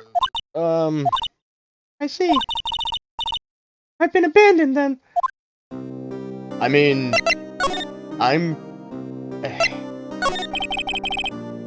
What about your family? Let's talk about that completely different subject. I only had my sister. My father died when I was very young. And I don't know where my mother is. Don't know? So she could still be alive? Your mother. It's not a time to insult her, Phoenix. The women in my family have been mediums for generations. They say a lot of spiritual power runs in our blood. About 15 years ago, our family was involved in an incident. There was a man, and he ruined our mother's life. What an asshole! Ruined? After that, she disappeared. Several years after that, my sister announced she would become a lawyer, and she left the mountain. So, you live by yourself? Yes, I've gotten used to it. Oh, also, I had to become independent, or I would lose my powers. Feel bad for her. All by herself up on that mountain, for some reason, having to be alone to keep powers? Okay. So, who was this man who, ruined your mother? Ruined your mother? About 15 years ago, there was an unusual murder case. It made quite a stir. Everyone was talking about it, apparently. The police were running out of leads, and they were getting desperate. Wait, they didn't use a spirit medium, did they? The police convinced my mother to try and contact the victim. Wow. So, what happened? I'm sure she's getting to that, Phoenix. The case was solved. We thought. You thought? We thought. The man my mother helped the police capture was innocent. The police's consultation with the medium had all been carried out in secret, of course. But a man found out about it and leaked it to the press. He told all the papers that my mother was a fraud, and the media jumped on it big time. My mother became the laughingstock of the nation. I see. White people did it. Excuse me? White? That was his name. My sister told me. White? Just a little longer now before the state-appointed lawyer comes, I guess. You look too happy about that. 4 p.m. Time's up. Apparently this conversation lasted 12 minutes. What should I do? Do I just leave her and go home? Yeah, fuck it, why not? Let's go home. No, we're gonna defend her. I've made up my mind. I'll take the case. I'm going to defend you whether you want me to or not. Why? Why? Well...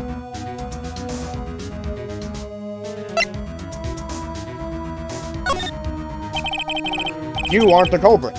Someone else is. How do you know? I have a hunch. Given the evidence, it would be easy to assume that Meyer was the killer. But there's something about this whole thing that smells... fishy.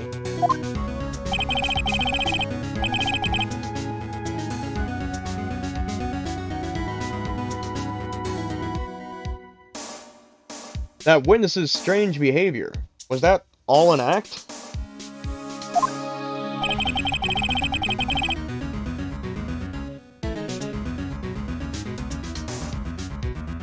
And the way that lawyer refused to help out Maya. But more than all that, she has no one left to help her. Nothing is more sad or more lonely than that. I know. I've been there. A long, long time ago. Super fast flashbang! No context! Why did I become a lawyer in the first place? Because someone has to look out for the people who have no one on their side. Maya, I won't abandon you. You can count on me. That's so kind of you.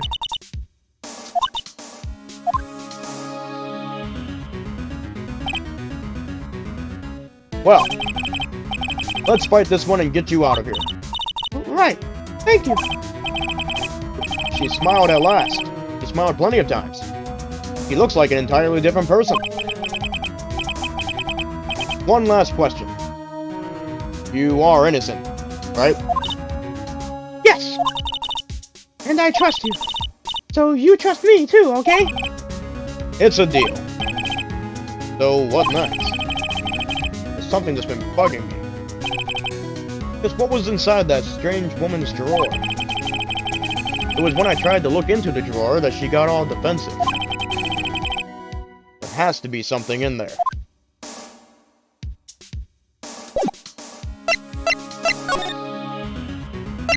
You know, now that I'm playing this game on my own, like, I realized, wow, I was an idiot when we were doing this on YouTube.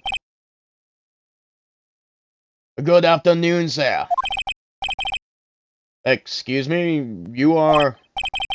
Oh, I beg your pardon, sir. I am the bellboy of this establishment. At your service, sir. Oh. Right. I've just come up to deliver a room service, sir. Do you know where Miss May might be? Oh, I believe our guest Miss May is currently using the, facilities. If you've no need of anything, I'll be taking my leave. Please, stay as long as you like. Enjoy. Yeah, I don't know if that's for you to say. you're the bellboy. Wait, no! Hey! Why does it seem like every time I come here, I end up embarrassing myself? Wait, now's my chance to snoop around a bit. Oh, I almost forgot. Yeah, you came back quick. Might I ask you to inform Miss May that there is a message for her? Please tell her that Mr. White of Bluecorp phoned. Oh, right. Yeah, sure, whatever. Mr. White of Bluecorp? Where ever heard that name? White. That was his name. My sister told me.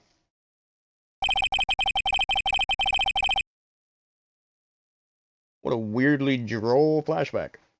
White was the name of the guy who ruined Mia and Maya's mother. Could it be a coincidence? Anyway, we're just going to examine this. Now's my chance to see what's inside. What do we have here? A wiretap? What would a woman like her be doing with a thing like this? Wiretap added to the court record. I'm just gonna go ahead and steal it. There is definitely something suspicious about this Miss May. Why would she have something like this in her hotel room? There's a story behind all this, I just know it. Alright. I'll be using this bit of evidence in tomorrow's trial, that's for sure. For Maya's sake. I'll get to this woman's bottom. Wait, I mean... You know what I mean. Oh, bellboy is still there? Uh-oh, time to scram! I look forward to tangoing with you tomorrow, Miss May. In court!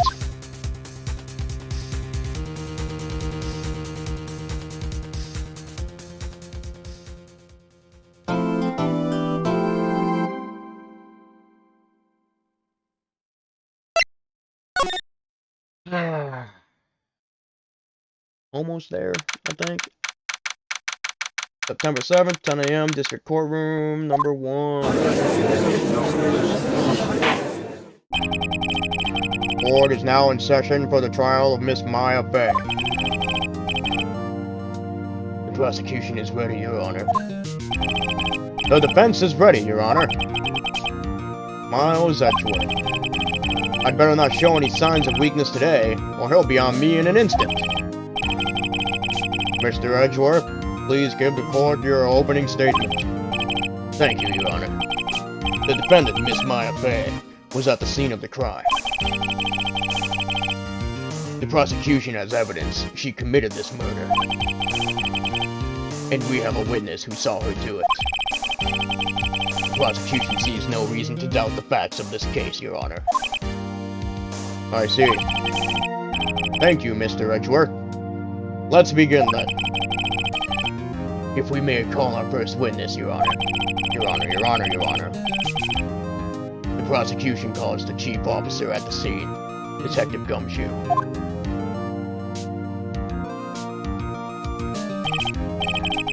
Witness, please state your name and profession to the court. Sir, my name's Dick Gumshoe, sir. I'm the detective in charge of homicides down at the precinct, sir. Detective Gumshoe, please describe for us the details of this murder. Very well, sir. Let me use this floor map of the office to explain. The body was found by this window here. And the cause of death? Loss of blood due to being struck by a blunt object, sir. The murder weapon was a statue of the thinker found next to the body, sir. It was heavy enough to be a deadly weapon, even in a girl's hands, sir. I'm a little bit sexist. The court accepts the statue as evidence. They're still calling it a statue? Floor plans added to the court record. No, detective. Yes, sir. You immediately arrested Miss Maya Fey, who was found at the scene, correct? Can you tell me why? Yes, sir. I had hard evidence she did it, sir. Detective Gumshoe, please testify to the court about this hard evidence.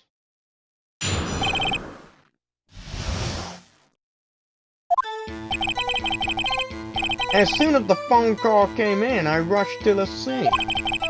There were 2 people there already. The defendant, Miss Maya Fey, and the lawyer, Mr. Phoenix Wright. I immediately arrested Miss Fey. Why?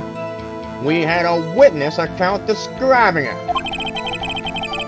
The witness saw Miss Maya Fey at the very moment of the murder. The very moment, you say? Very well. Mr. Wright, you may begin your cross-examination. Yes, Your Honor. Cross-examine what? Couldn't see a single contradiction in that testimony. Hey, Maya just threw something at me. What a bitch! What's this? When my sister couldn't find any contradictions in a witness's testimony, she would bluff it and press the witness on every detail. The witness always slips up and says something stupid. Or wrong. It worked lots of times. Huh. I should have expected Maya would know some of her sister's tricks. Alright, let's give this a try. Something the matter? No, Your Honor. I'd like to begin my cross-examination.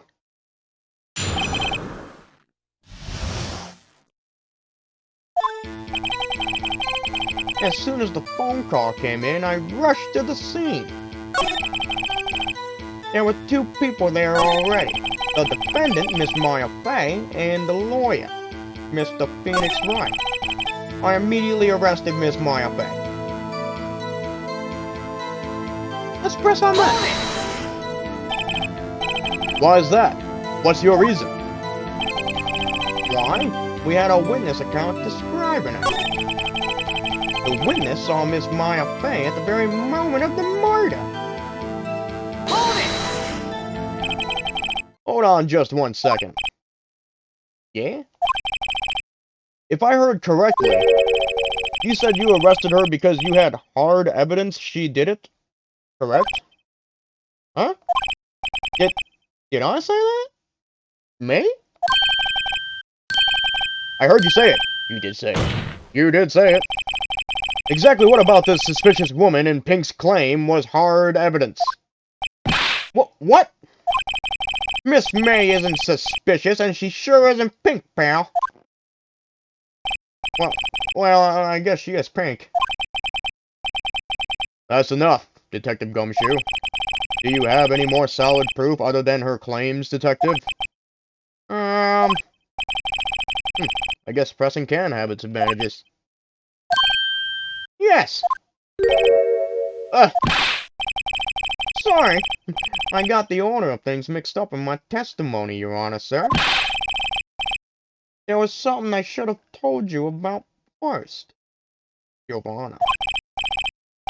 Very well, Detective. Let's hear your testimony again.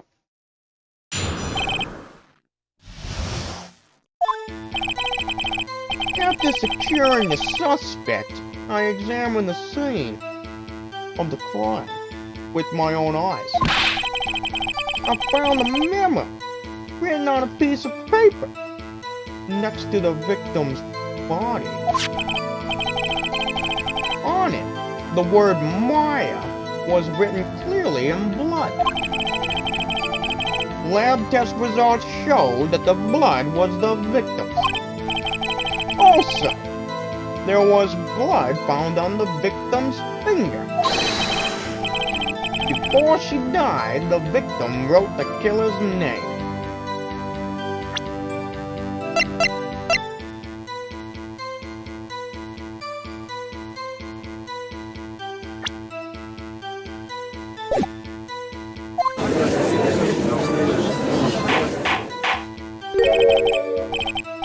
How you like that, pal? That's my hard evidence.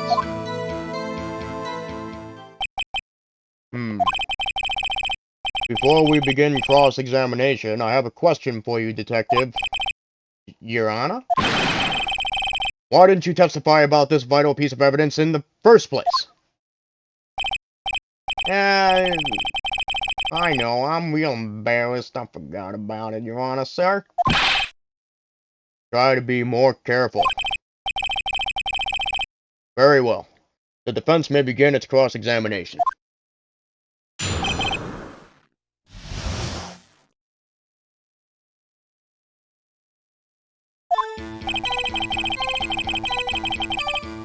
After securing the suspect, I examined the scene of the crime with my own eyes. I found a memo written on a piece of paper next to the victim's body.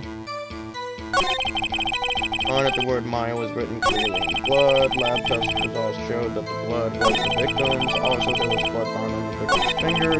Before she died, the victim wrote the killer's name.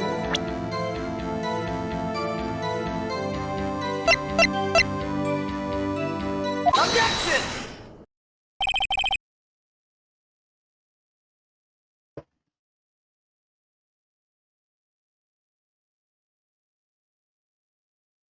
Detective Gumshoe. There's one thing I want you to clarify for me here.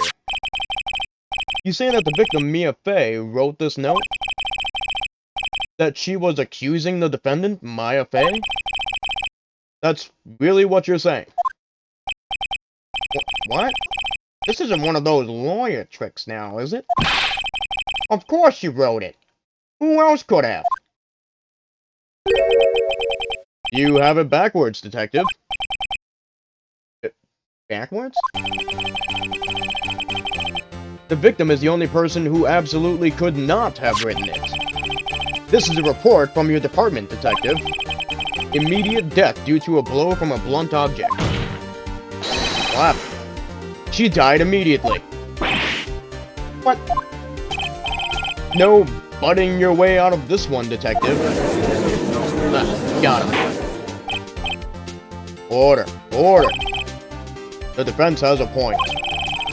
Someone who died immediately wouldn't have had the time to write anything down. Objection!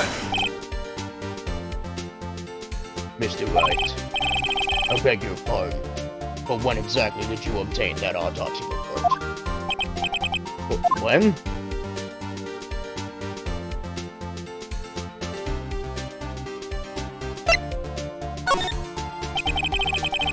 It was the day after the murder. The prosecution's point being...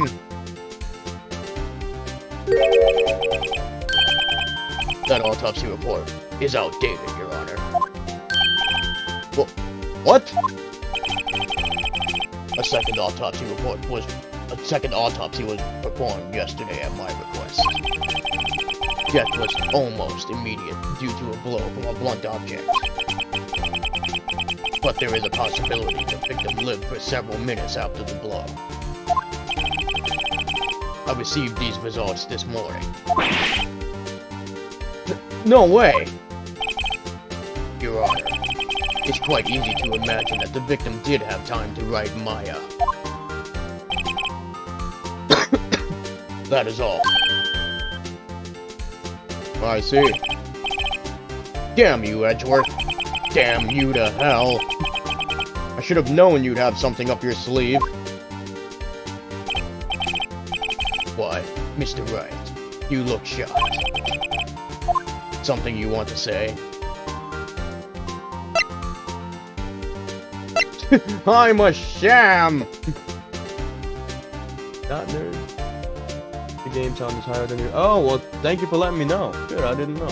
Alright, hold on. How's that? Is that better?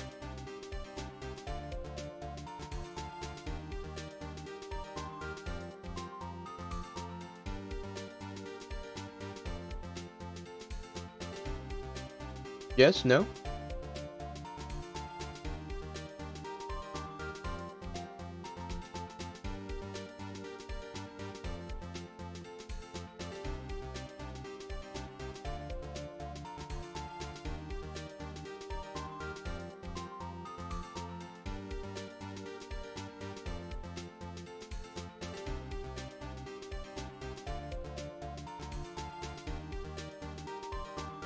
Or should I turn it down a little more?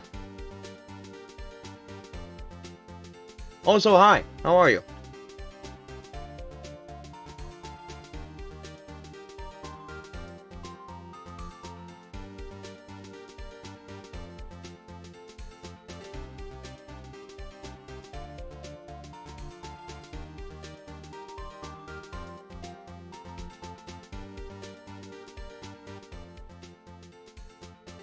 Just turn it down a little more just to be safe. Now, let me check over here. Turn it down a little more just to be safe. Now, let me check over here.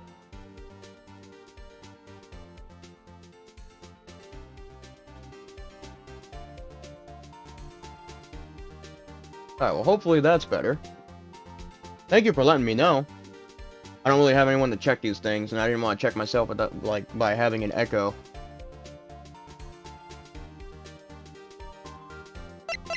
Alright, so, you're a sham, Edgeworth, the detective's a sham, or I'm a sham!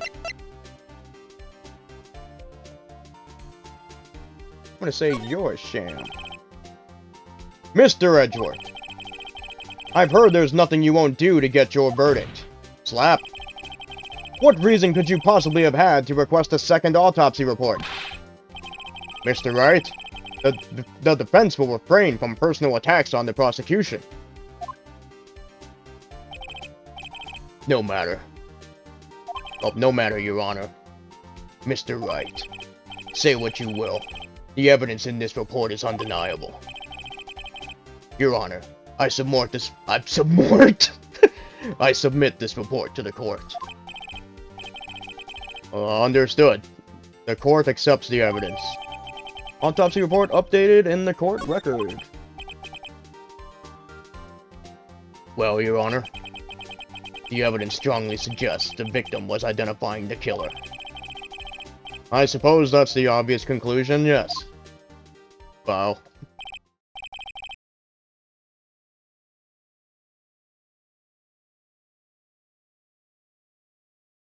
Let me see if I can get this working the way I want it to. See if I can get this working the way I want it to. See if I can.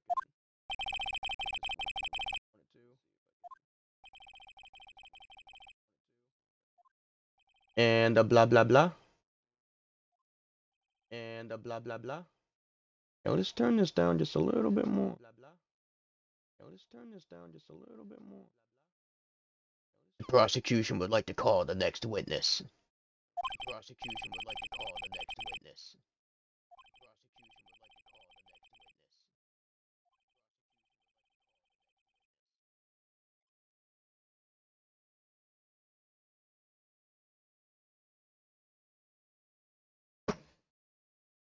This poor innocent girl saw the murder with her own eyes.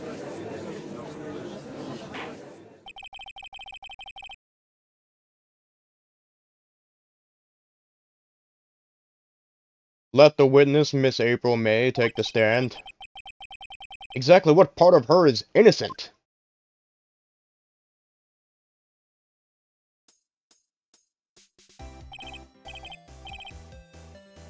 Witness, your name, please. April May. At your service, Wank.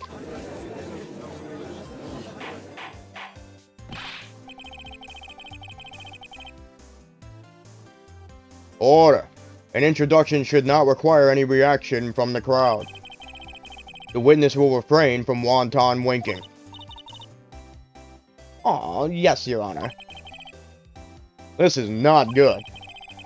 She's already captured the heart of every man in this courtroom. Tell us, where were you on the night of September 5th, when the murder occurred? Gee, I was like, in my hotel room? I checked in right after lunch. And this hotel is directly across from the Bay and Co. law offices?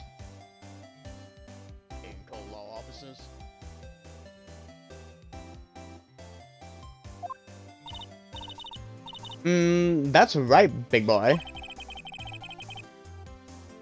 Please testify to the court about what you saw.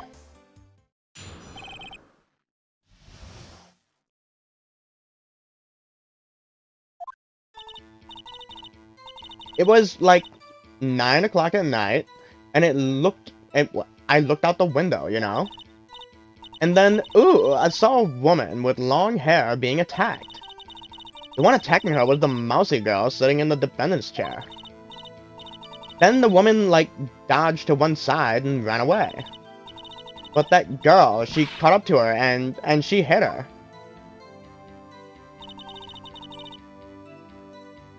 Then the woman with the long hair, she kinda slumped.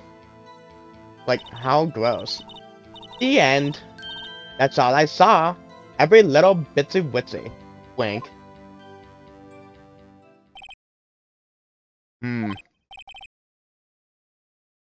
Well, Your Honor. I see. It is a remarkably solid testimony. I don't see a need to trouble the witness any... Wait, Your Honor. Yes, Mr. Wright? What about my cross-examination? I thought the witness's testimony just now was quite firm. Didn't you? Mr. Wright, I understand you were Miss Maya Fey's understudy, were you not? You must know her techniques well. Her cowardly way of finding tiny faults in perfectly good testimonies. Hey! How dare you? Well, Mr. Wright, will you cross-examine the witness? I'll gladly proceed with the cross-examination. If only because I have a feeling Edgeworth doesn't want me to. He has to have some weakness. Very well. You may begin your cross-examination.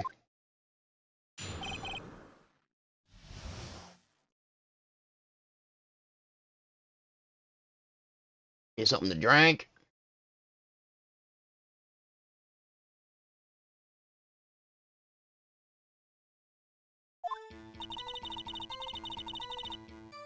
It was like 9 o'clock at night. I looked out the window. And then, ooh, I saw a woman with long hair being attacked. The one attacking her was the mousy girl sitting in the defendant's chair. We're gonna press on that. Slap. How do you know she was the defendant? Huh? Well, you know. She had a girlish physique. Women know these things. Look, I just know, okay? There was only one person at the scene of the crime with a short, girlish figure. The testimony is bulletproof, Your Honor.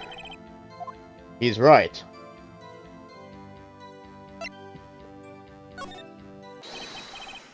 Hold on a minute. That testimony stinks. What? Miss May, I'm willing to bet that you're lying. Are you telling the truth? Did you really see the defendant?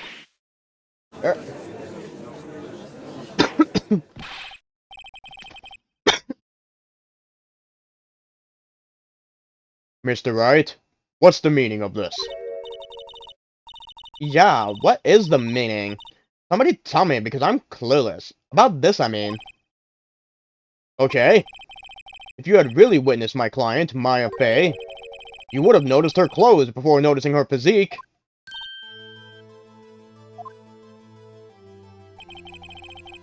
No one wears clothes like this on a daily basis, except her. And I'm no expert on fashion, but her hairdo looks far from normal to me. However, the witness's testimony mentions neither of these things. The testimony is bogus. But... Still, we don't know if she was dressed that way the night of the murder. She was, Your Honor. I saw her. And so did Detective Gumshoe. Flap. What do you say to that, Miss May? Rawr. What are you trying to say, you mean liar? I saw what I saw. I just didn't think all the trifling little details were necessary, darling. Miss May, the court would like to remind you to please omit nothing in your testimony. I'm sorry, Your Honor. I'll be a good girl. I promise. Wink. Your testimony again, if you would. Damn, I almost had her.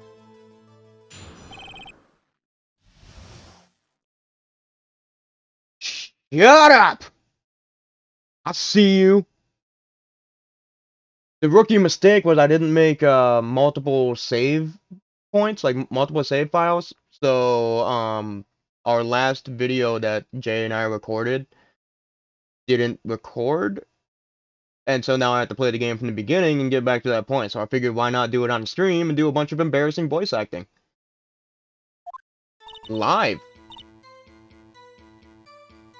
I did see everything. I did. The victim, the woman, dodged the first attack and ran off to the right. Then the girl in the hippie clothes ran after her. And she hit her with that weapon. I saw it, I did. That clock, the kinda statue-y clock, the thinker, I think? Well, does the accuracy of my report not stutter you?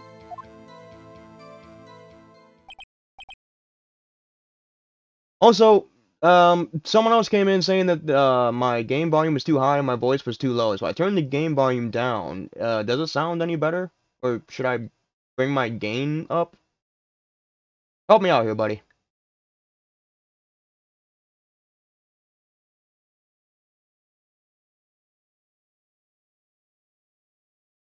Alright, cool, thanks. I see. I only wish you had been so detailed from the beginning. Please begin the cross-examination. Alright, so what was the problem here again? I did see everything. I did. The victim, the woman, dodged the first attack. She ran off to the right. The girl in the hippie clothes ran after her, and she hit her with that weapon. I saw it. I did. That clock. Kinda... Ah, yes. How would you know? A clock? Didn't this come up in another testimony recently? Well, don't look so sour, Mr. Lawyer. You can't win them all. No, but I have a feeling I'm on to something now. That clock, the kind of statue-y clock, the thinker. Okay, so maybe I should present the statue. Miss May, what you said just now was quite revealing. Revealing? Oh, you'd like that, wouldn't you, naughty Mr. Lawyer? You just said that this statue of the thinker was a clock. But there's no way of knowing that just by looking at it. Another person in much the same position as you recently called this a clock too. And he was found guilty of murder.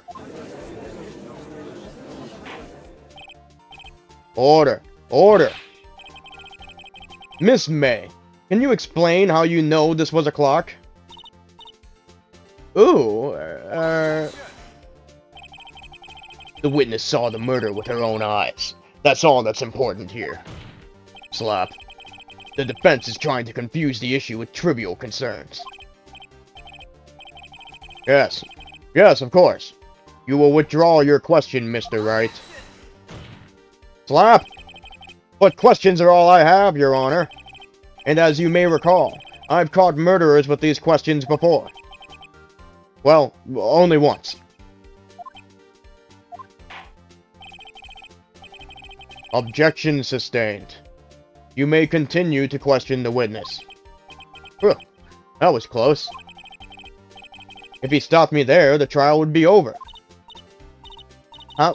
What? So, what happens now? What happens now is you answer my question. How did you know it was a clock? What? That's... because I heard it? Yeah, I heard it say the time. Slap. So, you've been to the law offices of Bay & Co.? No. Hey, I didn't say that. Why would I go there? I heard it from my hotel room. The law offices of Bay & Co., where the murder took place, is very close to the hotel. She could easily have heard the clock. Well, Mr. Wright, are you satisfied? No, Your Honor. I can't give up now. I'm not satisfied because... it couldn't have rung. Your Honor, members of the court. Flap. It is inconceivable that the clock in question rang. It's empty. That clock is missing its clockwork.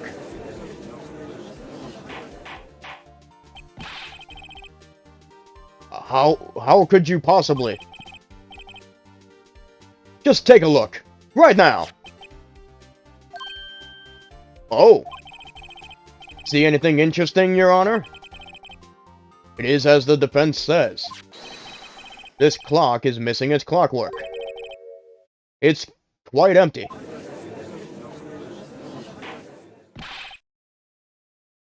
Mr. Wright, would you care to explain to the court the meaning of this?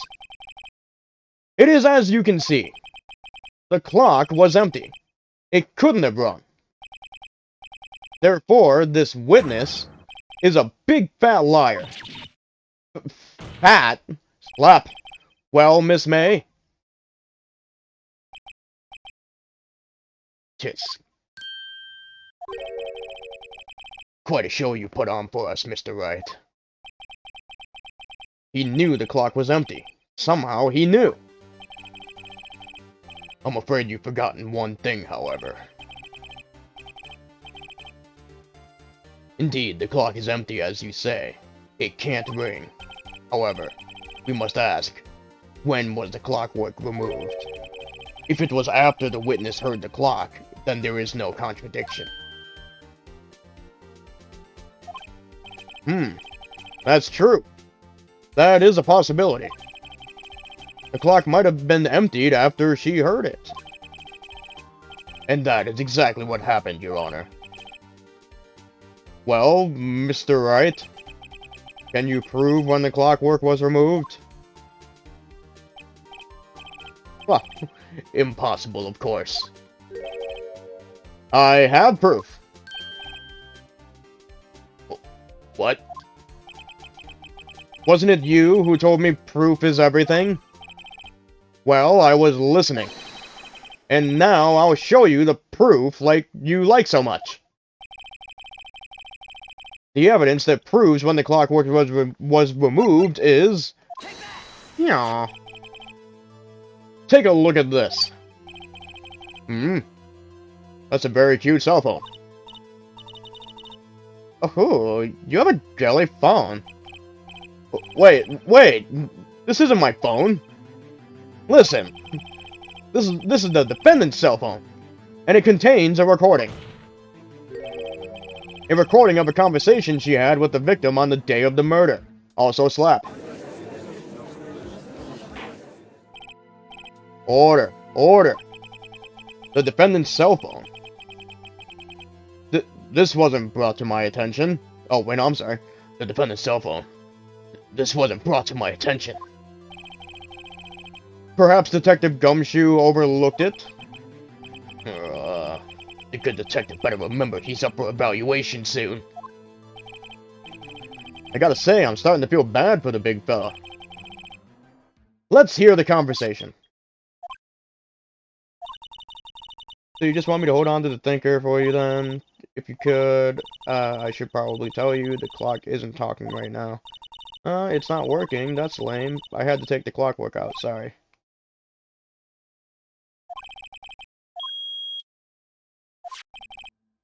Your Honor, I think this makes it clear the clockwork was already gone by the time this was recorded.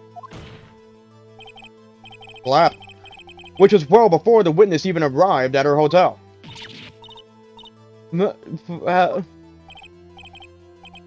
Well, Miss May, would you care to explain this to the court? Just how did you know that weapon was a clock? Well, isn't it obvious? I saw that clock before. What store was that again? I go to so many. Oops, I forgot. So the witness has seen it before. That would make sense. Does the defense have any objections? Yes. The witness claimed she had seen it before. But this directly contradicts a piece of evidence already submitted to this court. Well then, let's see it. Please produce this evidence that will prove the witness had not seen the clock before.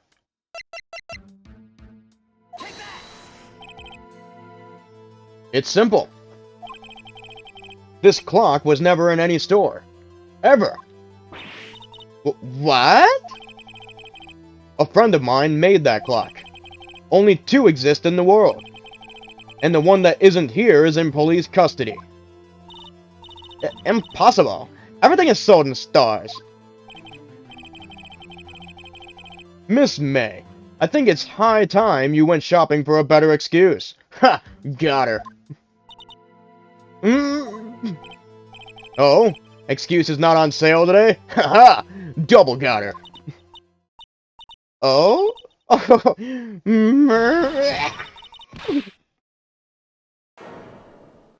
Boing. Oh, but wow. What's it to you, porcupine head? That stupid clock doesn't matter, okay? She did it, and she should die for it. Die. Real emphasis on the die. Whoa! Let's not get ahead of ourselves. This is a court of law, and the witness will remain calm.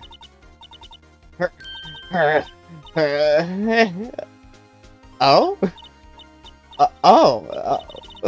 Silly me. Did I, like, lose it? I guess I did. Wink. Scary. Miss May, let me ask. Tell me, how did you know the weapon was a clock? Oh dear. Does the defense have an opinion on this behavior? Okay, this is it. For all the marbles. Here we go. Yes, Your Honor. Allow me to explain how I see the truth of the matter. Miss April May, you knew the weapon was a clock because you had heard about it. The witness had never held the clock in her hands. However, she had heard that it was a clock. She heard? That is correct, Your Honor. There is no other way she could have known the thinker was a clock. Slap. And I can show you the proof. Well, this is interesting. Wow, it's like a court case. Let's see it then. Show me evidence proving that the witness had heard the murder weapon was a clock. Okay?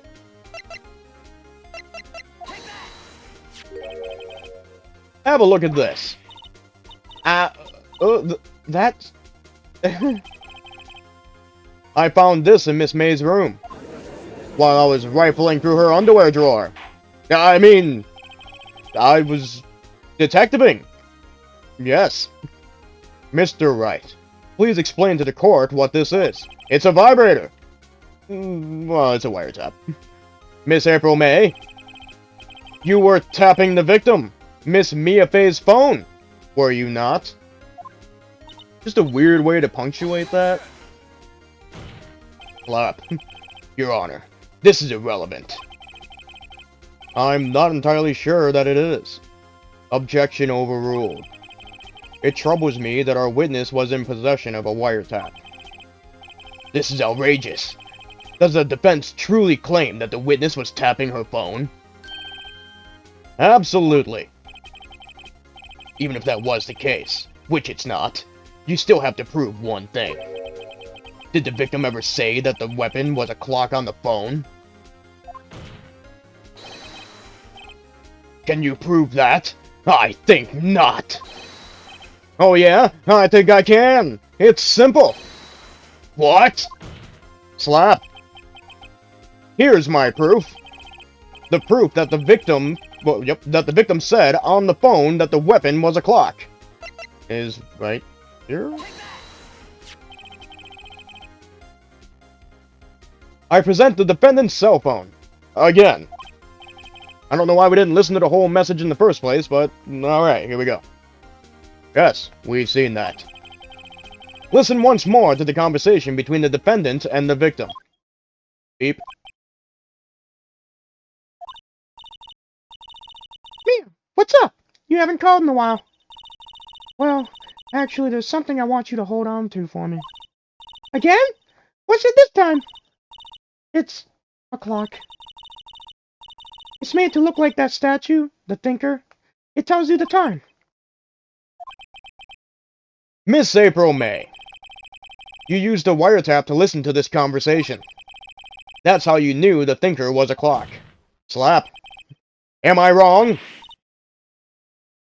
I... Slap. Your Honor, this is ridiculous. This is outrageous. Your Honor, look at the witness's face. Does she seem amused to you? Slap. The defense demands an answer. I don't even know what she was even attempting to say. Witness, answer the question. Did you tap her phone? Did you tap that? Miss May. Shut up, all of you. What gives you the right to talk to me like this? You liar.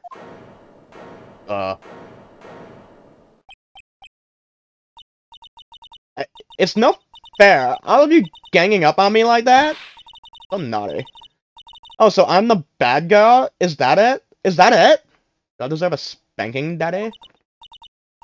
That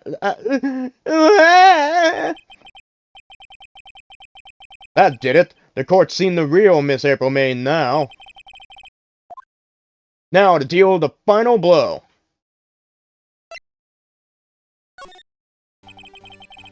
Why did you tap her phone? Slap. Answer the question. Do I have to? Isn't this a murder trial? Isn't tippity-tapping irrelevant? Yeah, she's saying exactly what Edgeworth wants her to say. Miss May, you were tapping the victim's phone. Slap. I hardly call that irrelevant. Look at my finger.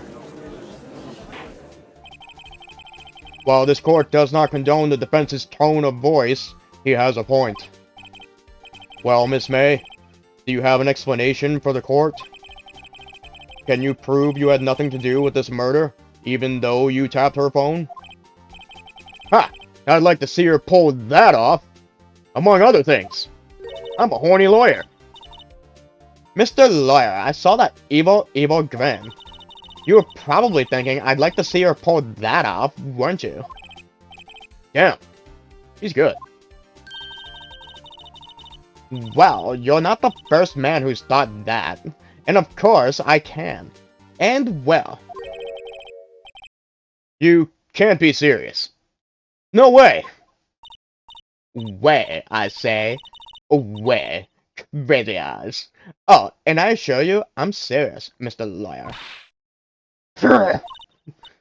Okay, so, the killing happened around 9 o'clock at night. Why, that's just when I was getting room service from that sweet bellboy. Room service? I need a drink! Iced coffee, I believe it was. Iced coffee? You know, like normal coffee, but cold? If you don't drink it quick, the ice melts and then you have regular cold coffee. Iced coffee? Think I'm making this up? Ask the bellboy. Wink. Ergo, the witness was not on the scene at the time of the murder.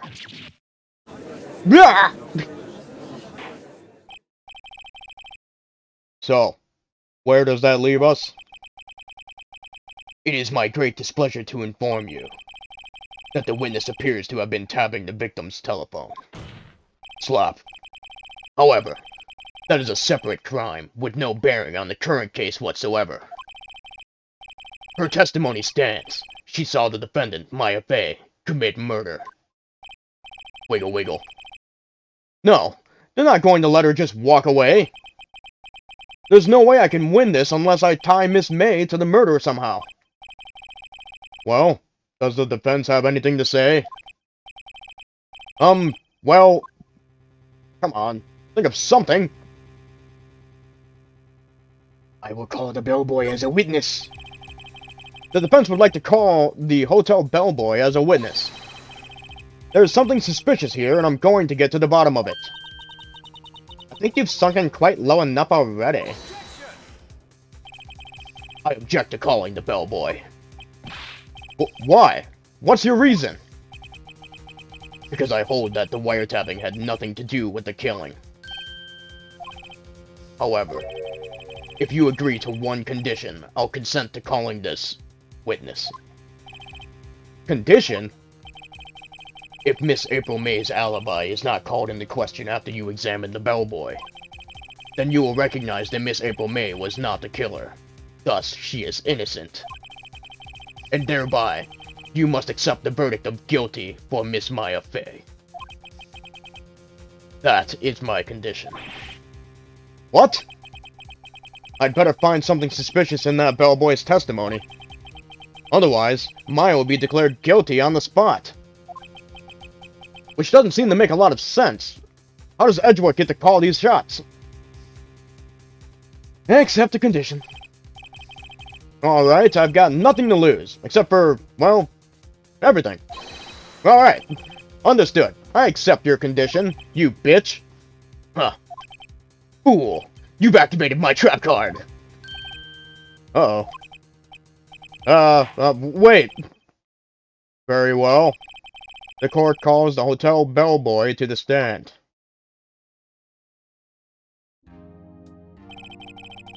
I believe we're ready for the witness to testify. He certainly does look like a bellboy. Yeah, he does. Why did he bring that stuff from the hotel? Yes, sir. I received your summons in the middle of work, sir.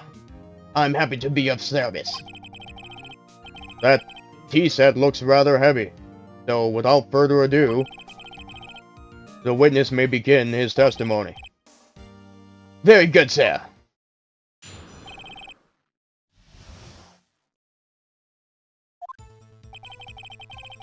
I am the head bellboy at the fine Gatewater Hotel. In business for 4 generations. I believe I received a call after 8 in the evening from our guest, Miss May. She asked for an iced coffee to be brought to her at 9 o'clock on the dot, sir. I brought it to her at precisely the requested time, of course. And I delivered the iced coffee to our guest, Miss May herself. I see. The defense may begin its cross-examination. Right. I'm ready. I hope. This is it. If I can't prove Miss May was involved with the murder now, Maya will be finished. Okay, so I gotta find the problem with this thing. I am the head bellboy at the fine Gatewater Hotel in the business for 4 generations. I believe I received a call after 8 in the evening from our guest, Miss May. She asked for an iced coffee to be brought to her at 9 o'clock on the dot. Brought it to her at precisely the requested time, of course, and I delivered the iced coffee to our guest, Miss May herself. Press on that. You are sure it was Miss April May herself? Absolutely, sir. Absolutely? Yes, sir. As in, so very absolutely, sir. It's an endearing mannerism of mine. How come you're so very certain? Well, when I brought the room service, sir, she, the guest, sir, favored me with an embrasseur, sir. Embrasseur? Is that French for embrace? It's French for kiss, sir. But not a French kiss, sir. More of a peck on the cheek. Why would she have done that? I believe perhaps she was momentarily swayed by my prim demeanor, sir. It was a moment I shall never ever forget, sir. Sounds pretty fishy to me. I think our Miss May was up to something and wanted the bellboy to remember her. And I delivered the iced coffee to our guest, Miss May herself. And that's the end of that. Alright, hold on. One more time, I'll press him until he spills the beans! Or his tea! Alright, let's see. I am the head bellboy at the fine Gatewater Hotel. That's... whatever. I believe I received... You believe... Let's press on that. Are you sure it was Miss May on the phone? Absolutely, sir. How can you be so certain? I checked Miss May in personally, sir. Not only did I see her in all her stunning radiance, but I also heard her voice.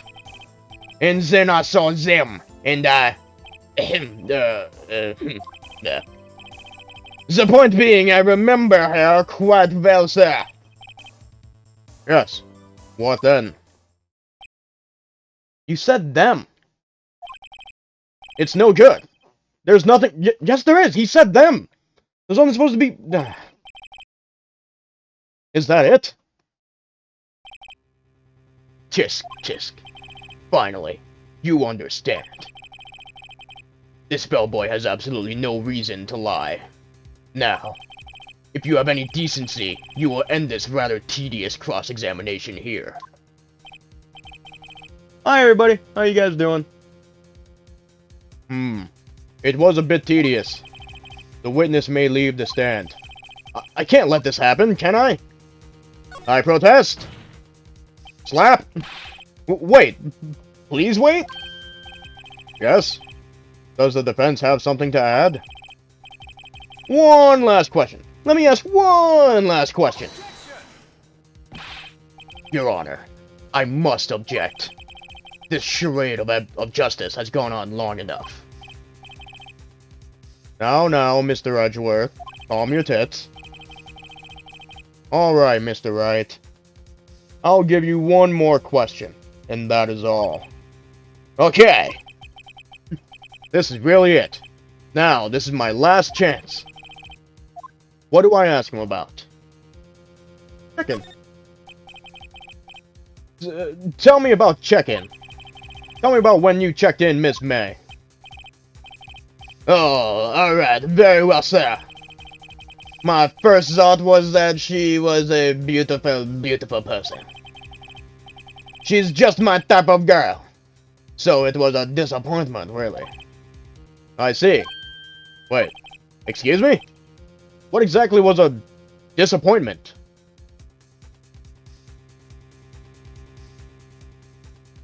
Oh, yay. Spam.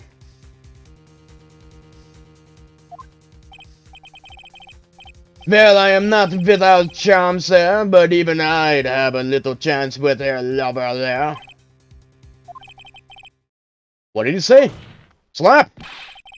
What did you say? Rather quiet.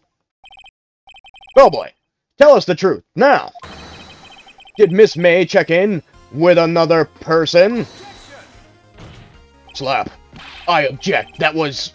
objectionable! Objection overruled. The witness will answer the question. Yes, I see. Slap! Why did you not mention this in your testimony? Well, sir, you didn't ask? Nice try. Slap! Again? That's the sort of thing you're normally supposed to mention. Yes, quite. Indeed, oui. It was the, good barrister, Mr. Edgeworth, who, he asked me not to mention it if I wasn't specifically asked, sir. You fool!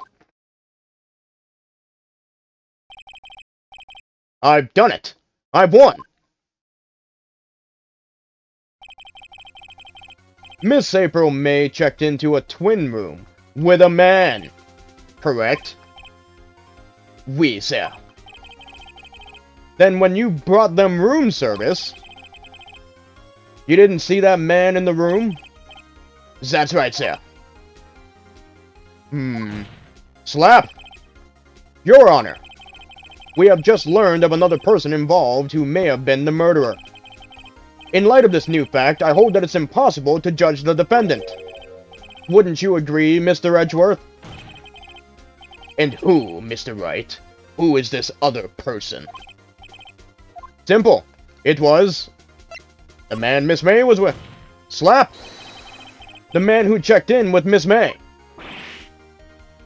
Ugh. Your Honor, as has been previously revealed, Miss April May was tapping the victim's phone.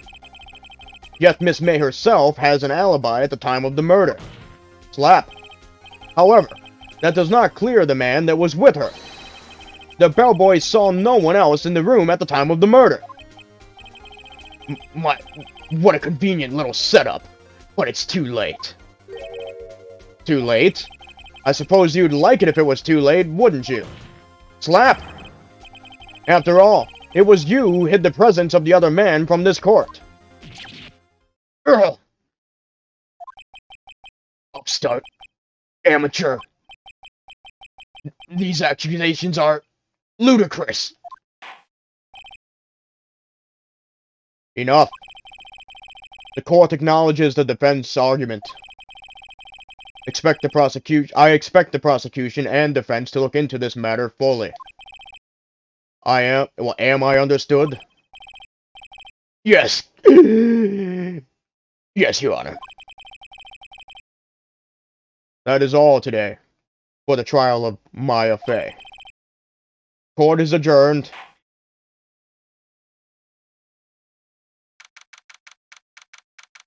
September 7th, 2:24 p.m., District Court, Defendant Lobby number 1. Mr. Wright! You were amazing in there! Really? I think I might be your newest fan! Oh, I was just doing my job, you know. Then again, that other attorney was pretty cool too. Huh? That face of his, with his eyes wide and trembling lips and... Oh, yeah! It sent shivers up my spine. If you say so. So, what happens with me? Do I get to go home now? Well... No, I don't think so. Not yet. Oh, I see. But I got a great lead in today's trial. A lead? That man with Miss May. He's the key. Oh, I get it. What happened to Miss May after that, anyway? I heard they arrested her. I guess she's learning her charms won't work everywhere. She's probably at the detention center now. I may have to go down there later. Anyway, this case is far from closed. Yes, sir! I'm going to find out more about this man. Do you think he was the one who... Maybe so. Sis? Don't worry. I'll find him by tomorrow. I promise. That is a steep promise to make, my friend. I'm counting on you! Yeah, good job, buddy. You really raised people's hopes. I asked for a full record of April May's testimony.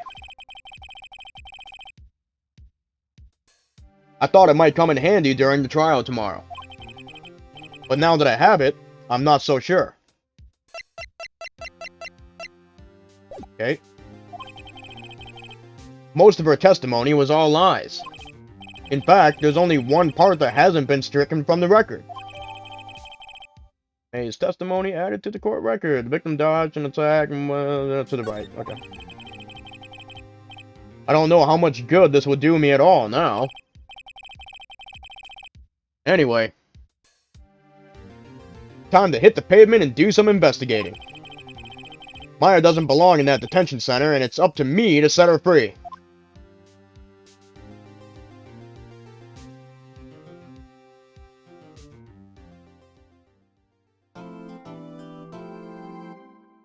I think I'm gonna draw a new PNG for this game if I actually continue this later on. Ugh. These voices are killing my throat, though. September 7th, 3:11 p.m. 3:11. Detention Center, Visitors Room.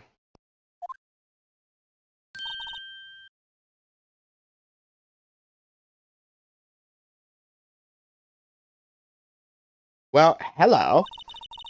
I didn't expect anyone to visit me in such a dank place like this. It's really quite moving. Not. You stinking lawyer. I hope you die. Have you come to laugh? Yes, laugh at the fallen Miss May. No, not really. There's something I wanted to ask, actually. Unfortunately, there is nothing I want to be asked. Haven't you done enough questioning, you spiky head? Here we go again. Please, you're scaring the security guard. I mean, just look at his face. Freaking the fuck out, man. So, what is it you wish to ask of me then, For starters, how did you get to be so totally whacked? You whack, yo! That man. About the man who stayed with you in your hotel room.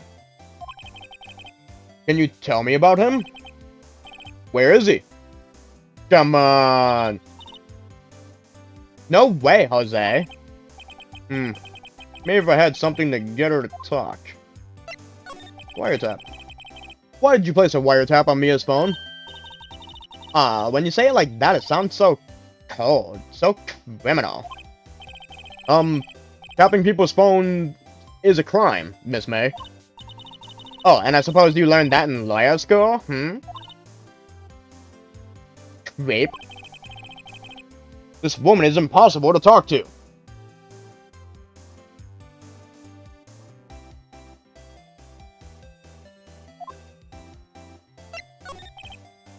Your attitude. Say, why are you so angry? I mean, you don't look like a bad person. Oh, that does it, bottom-feeding, scum-sucking liar. Bottom? I can't tell. Does she have a thing against lawyers or just against me? I could have sworn she was flirting with me in the hotel room.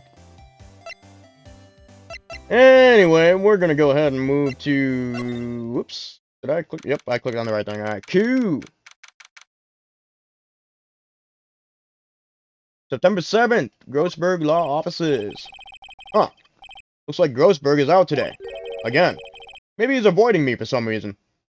Maybe everyone's avoiding me. Examine... Wait a second. Wasn't there a giant painting hanging on that wall? Yeah. Yeah, it was a painting of...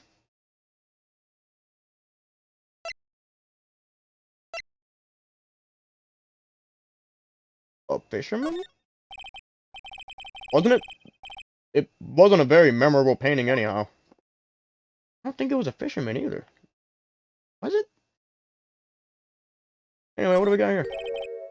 What's this? Old photos? There are 2 lying here.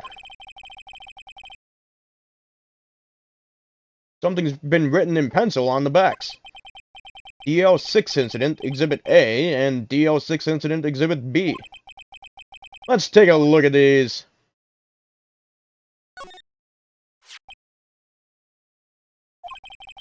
I'm sure I've seen this person somewhere. Perhaps I'll borrow this photo. I'm sure no one will miss just one little photo. And it might be a valuable clue. I'll take it for now.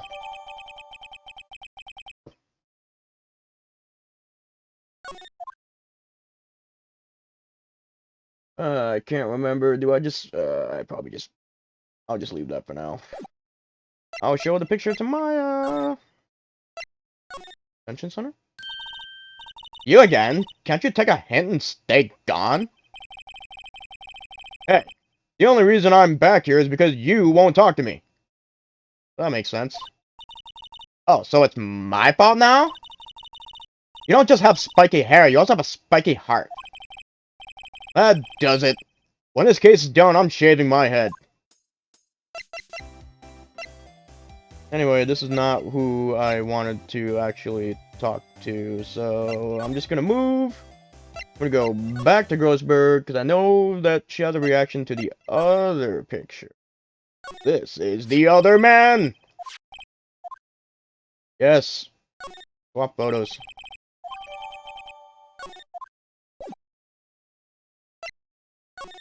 And then we go to the detention center again. I present you a picture of this douchebag. Have a look at this. Look, I've said several times, I'm not telling you. Where did you... Aha! A reaction. This is him, isn't it? What? Who? When? Why? It is him! This is the man who stayed in your hotel room the night of the murder. No, that's not right. Nice try, Miss Cooperative. Do you have proof that was him? Yeah, proof. Show me proof. I'm so close. No problem. Let me go to the hotel. Ya bitch.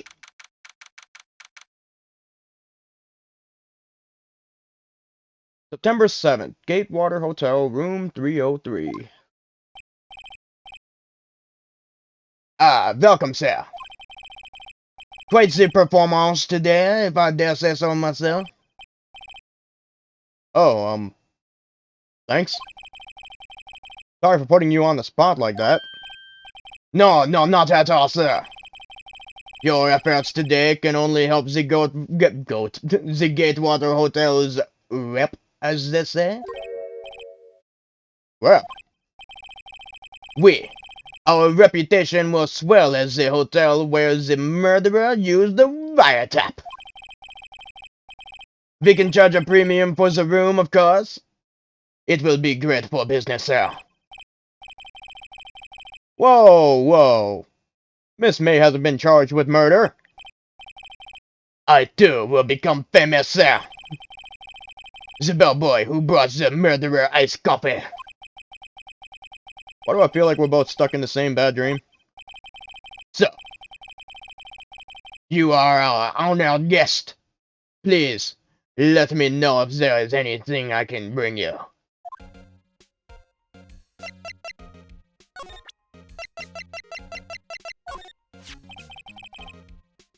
Here in this photograph. That's him, detective. I'm a lawyer. I'm the lawyer. Oh, I know that. I just wanted to say detective once. You know how it is. No, I don't. Without a doubt, that is the man who checked in with Miss April May. How about I write an affidavit swearing that that's him? An affidavit? This guy is way too excited about this. Have him write it.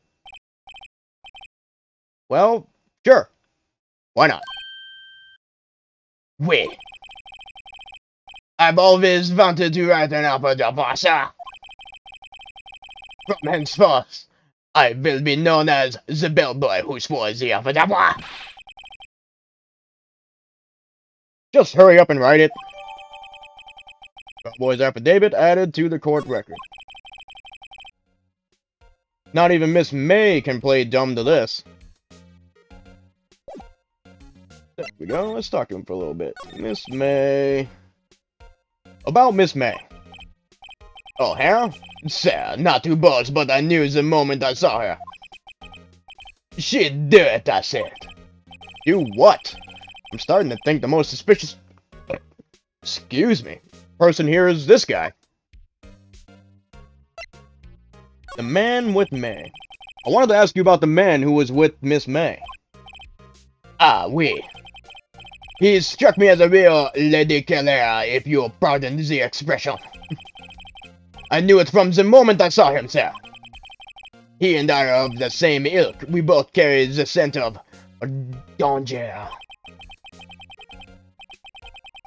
There we are in total agreement. Mr. Psycho Bellboy.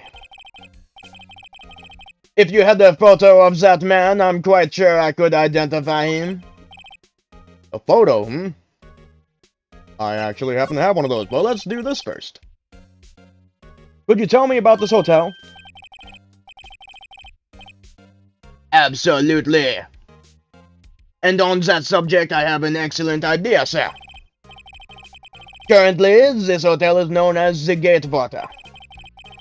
I propose that we add a subtitle. A subtitle? The Gatewater Hotel. Murder Manor. Well, what do you think? Sounds great. Whatever floats your tea set. So now we're going to present you with the picture of the man. Sorry to press the matter, but are you sure this is him? I too am sorry to press the matter, but that is him, Detective. Thanks. Awesome.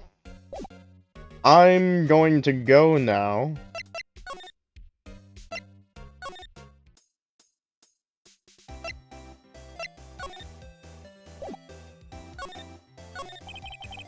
About the man who stayed with you in your hotel room? Can you tell me about him? Where is he? I'm not telling. Look, he's being accused of murder. I don't think you want to be protecting him. Would you have sold out the late Miss Bay to the cops? No. See? Damn! Maybe if I had something to get her to talk. I have...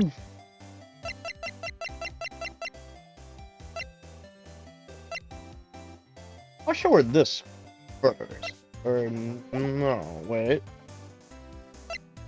Present. There we go. Go with that. There we go. Yeah, look at this. Look at this photograph! Have a look at this. Look, I've said it several times. I'm not telling you. What did you... Aha! No reaction. This is him, isn't it? What? Who? When? What? Oh, wait. Yep. Hold on. Hold on now. Nope. No, that's not right. Let's try Miss Cooperative. You have proof that was him? Yeah, proof. Show me proof. I'm so close. I do have proof, actually. Look at this! Could you have a look at this? What's that? I don't know how to read. The bellboy's affidavit. It tells us everything he saw. Such as the man you checked in with. Who was most definitely this guy. Now I'm getting somewhere. I'm gonna push her hard. This is it. All or nothing. Time to do a little bluff. No use playing dumb, if indeed that's an act. If you don't talk, I'm taking this info to the press. What? Even though he should have been witness to murder, your little friend was missing. I'm sure the press would have a field day with his reputation. Oh, fine. I'll talk. You win, lawyer. Yes. Man, that felt good. It's great to be alive. Why are you pumping your fist in the air? Now, tell me about the man you were with. That man? He's my boss. Wright, the president of the information gathering conglomerate, Bluecorp. Wright? Information gathering? Well, I suppose you could call it a detective agency. So, this is the man that was with you the night of the murder? I'm scared to talk. I don't want to end up like her. Oh, I've never seen this.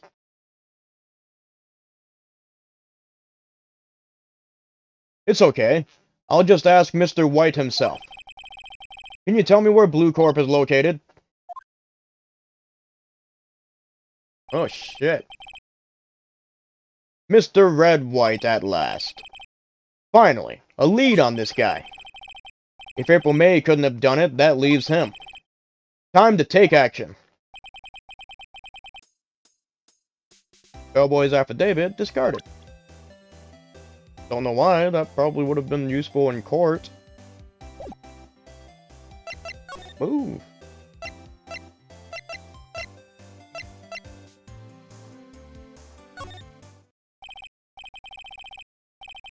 Alright, this is getting ridiculous. Where the heck is that loafer?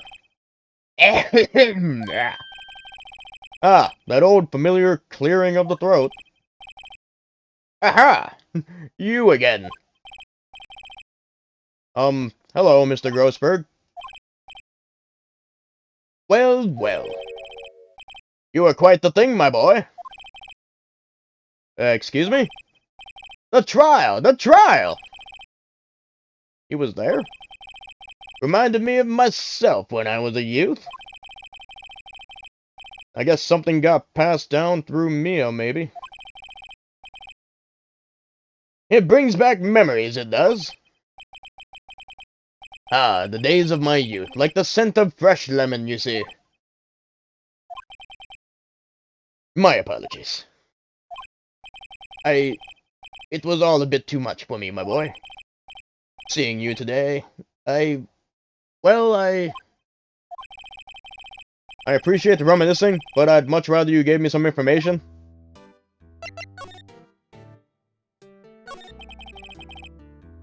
So you came to see the trial? Yes, I did. Something was bothering me all last night. You see, I couldn't get a wink of sleep. Really? What was that? Well, you see, it's just Mia's sister, that poor girl. My boy, I owe you my thanks, truly. I don't know what I would have done if things had gone poorly for the girl. If you were that worried about it, why didn't you offer to defend her? The other day, I'm sure there was a big, pretentious-looking painting on that wall. Pretentious-looking? Well, you know the one. I mean... Anyway, where did it go? Ah, yes. Well, you see, very much like yes. I got rid of it. Got quite tired of the thing, really. I sold it, you see. Yes, that's right. Sold it? I'm not sure I buy that. Wasn't that painting rather important to you, sir? Did something happen? I don't see how it's any of your business. Please, speak no more of that accursed painting. I didn't... I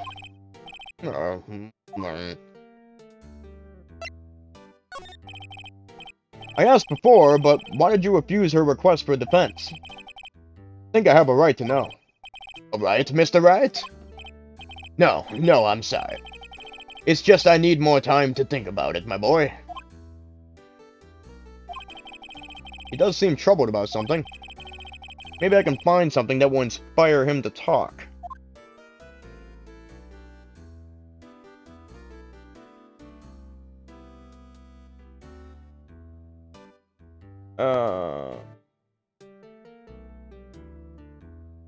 Well, I already know.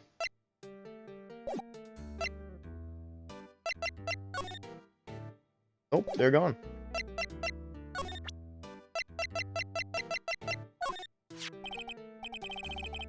Excuse me, I was wondering about this photograph. Where did you get that? Give it back at once!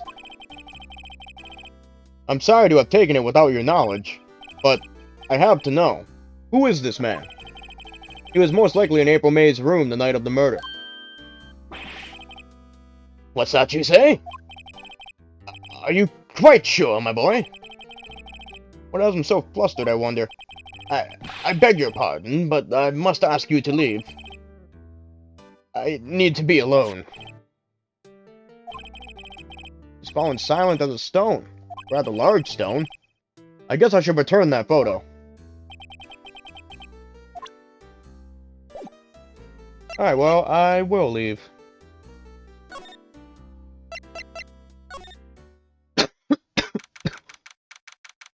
Almost caught up. Oh my god, are we done?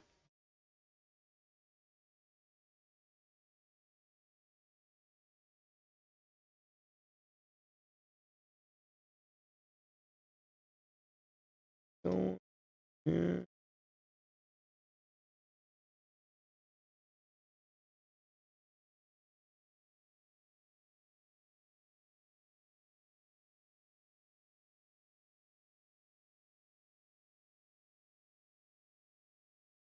September 7th, Bluecorp Incorporated, CEO's office. What's with the surreal decor? Ha ha! Welcome! Please furnish me with the title of your personage. What the? Your name? What's your name? I was just inquirably asking the title that you go by. Wright. Phoenix Wright. Inquirably? Mr. Wright, is it? Right, I see. Splendiferous! Perhaps I have intimidated you with my giant task vocabulary. What is this guy's problem? I'm Red Wright, CEO of Bluecorp. You know, corporate expansion official. My business dealings bring me into contact with the elite of the elite. So I'm afraid I am not used to conversing with the wordily challenged. What a fruitcake!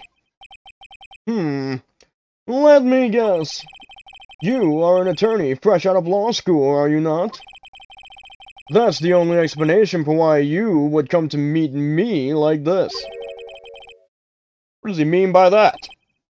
No matter. So, what business does a mighty lawyer have with a man such as myself? Yipes, this guy's arrogance meter is off the scale.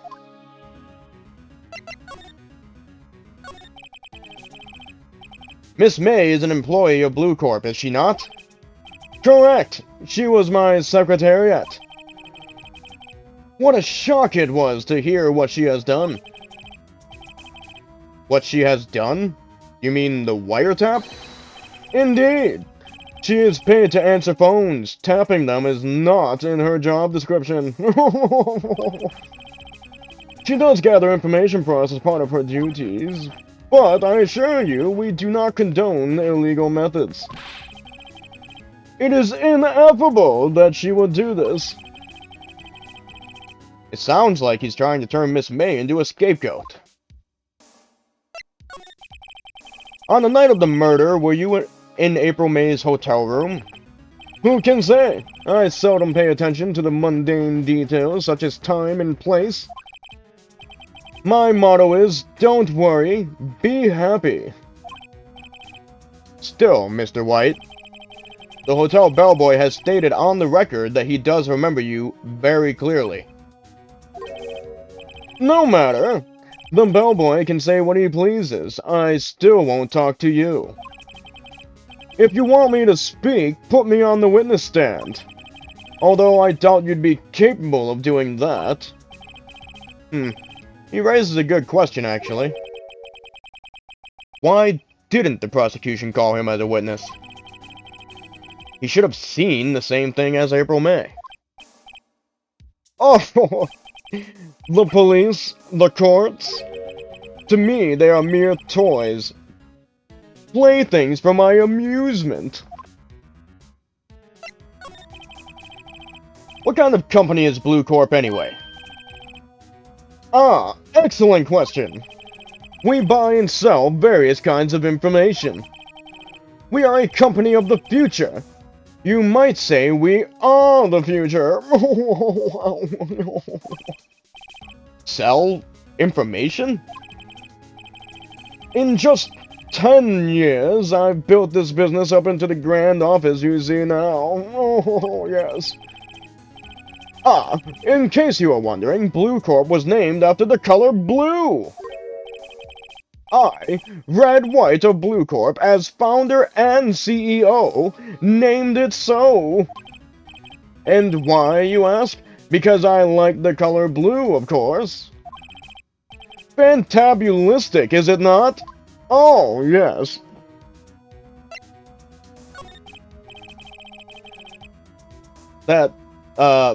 There's something that's been bothering me. Yes, what might that be? That big painting on the wall over there? I've seen it before. You know, I've actually seen that painting before. Oh? Just yesterday, actually. Your point being? My point is simple. Or rather, my question is simple. Why is that painting hanging on your wall? Mr. Wrong, was it? Right. It appears you do not fully grasp your position here. I ask again, who are you? Huh? A lawyer? No, my feeble friend, a mere lawyer. Worth nothing. Zilch. Zippo. Nada. Just like that sorry excuse for an attorney, Grossberg. What? Ah! Ugh! He punched me. Well, Mr. Lawyer, what will you do, eh? Charge me with assault? Charge away! I welcome it, for it is you who will be found guilty. What? Heed my exposition. The police, the courts, they all do my bidding. So you say. But I wonder, is that kind of control really possible? I don't expect you to understand. It is a world beyond your compensation. You came here from Grossberg's, I presume? Mr. Grossberg's... I'm sorry. Mr. Grossberg's, yes. Then you must ask him, why is it that this painting of his hangs here? Perhaps then he will tell you. Perhaps he will explain how a man can live life purely for personal profit. Go now, skedaddle. There is nothing more to discuss. I gotta talk to Grossberg. Oh man, my voice is getting torn up.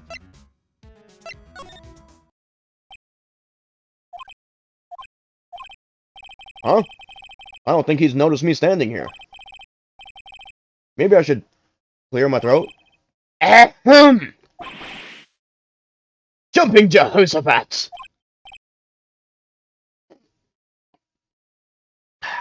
Sorry, I needed something to drink.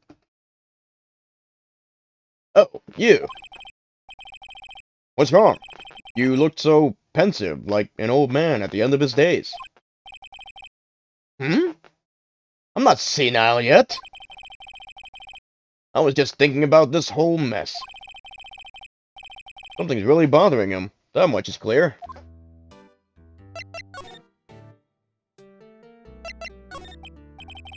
So, I paid Bluecorp a visit. Oh? Oh, I see. Mr. Grossberg, I have to admit, something has been bothering me. Oh? What is it? Well, out with it, my boy. You see, it's just...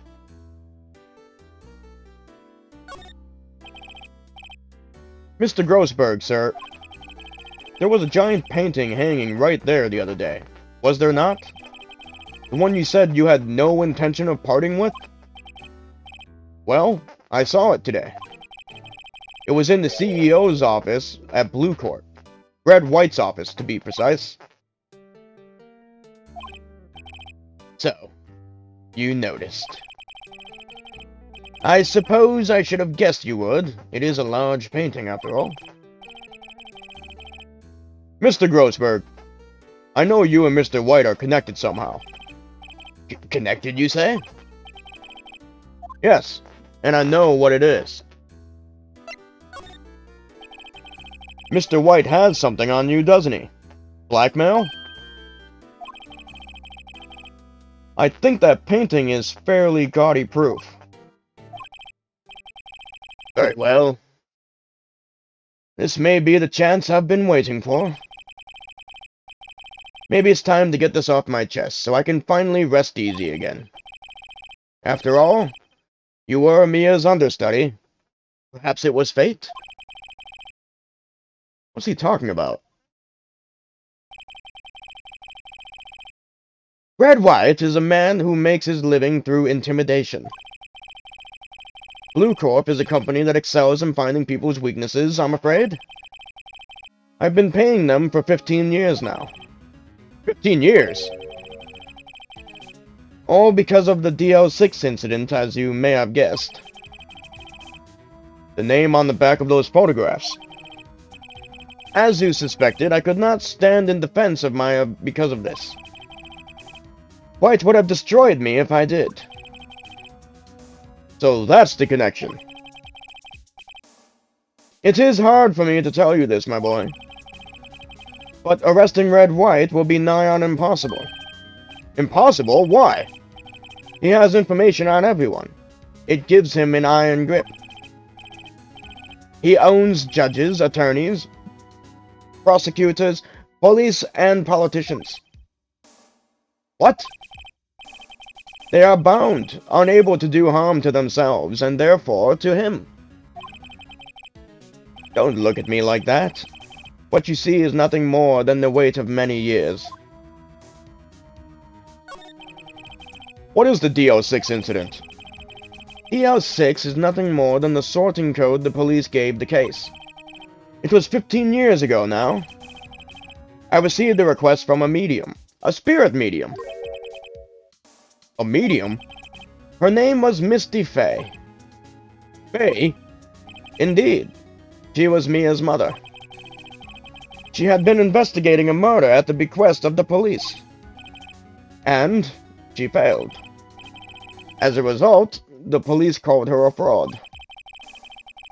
This is what Maya was talking about the other day. I did all I could for her, and in the end, cleared her of wrongdoing. That murder case, however, remains unsolved to this day. That case is the Do6 incident.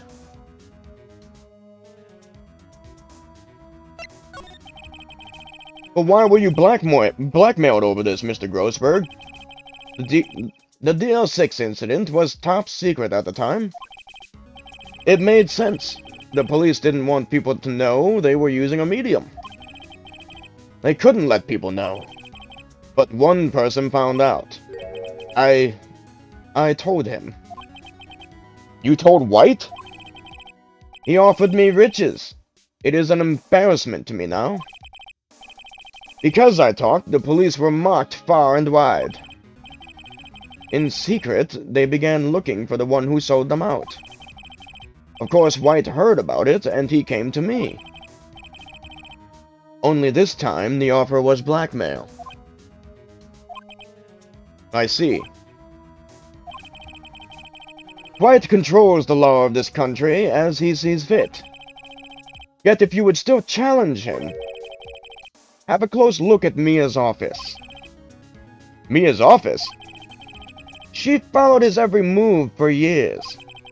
She may have recorded something of what she found.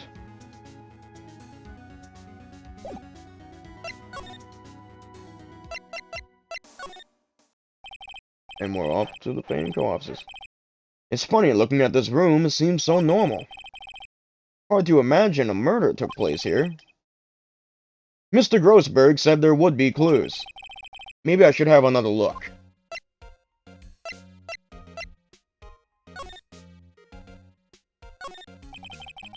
All the cases the chief ever worked on are filed here.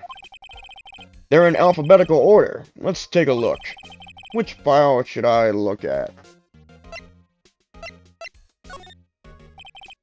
Let's see, J through S, nothing much in here. Maybe I'll just skim some of this? Well, no harm in flipping through a bit, I guess. The biggest part's here at the end in S. Suicide? Ew. She has a collection of suicide reports. There's politicians, policemen. There's writing on most of these in pencil. White. This is Mia's handwriting. Wait. I get it. Mia thought he was involved in these suicides. White drove them all to... I can use these newspaper clippings. Let's find the most disturbing one.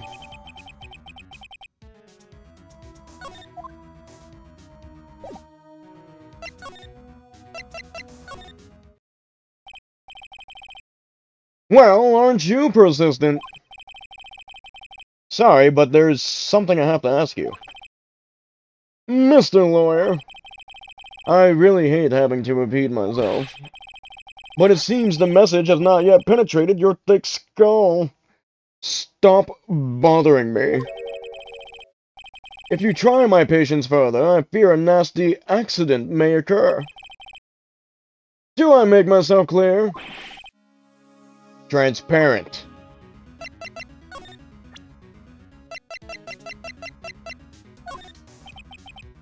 This is the only clue that Mia left me. I better make this one count. Mr. White, see this? It's an article describing the suicide of a politician.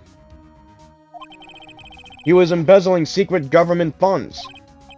Then, one day, word got leaked to the press. The very next day, he took his own life. And this concerns me how? I found this article in Mia's office. Miss Mia?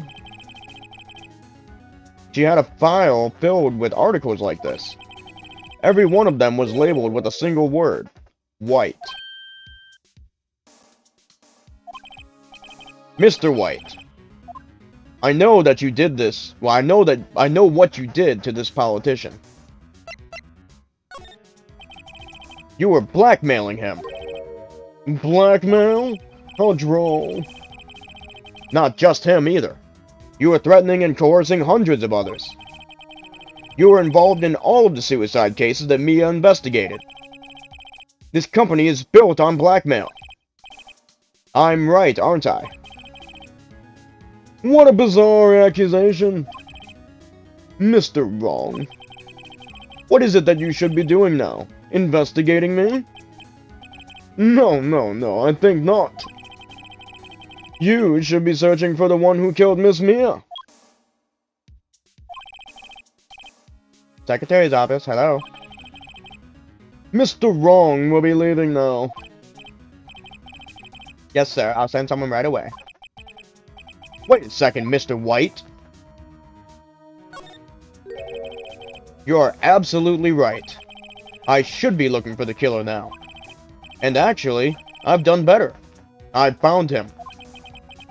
He's sitting right in front of me. Just what are you insinuating? Mia was on to you. She was keeping tabs. For this reason, you had April May tapping her phone. Then, Mia was murdered, and all the documents about you mysteriously disappeared.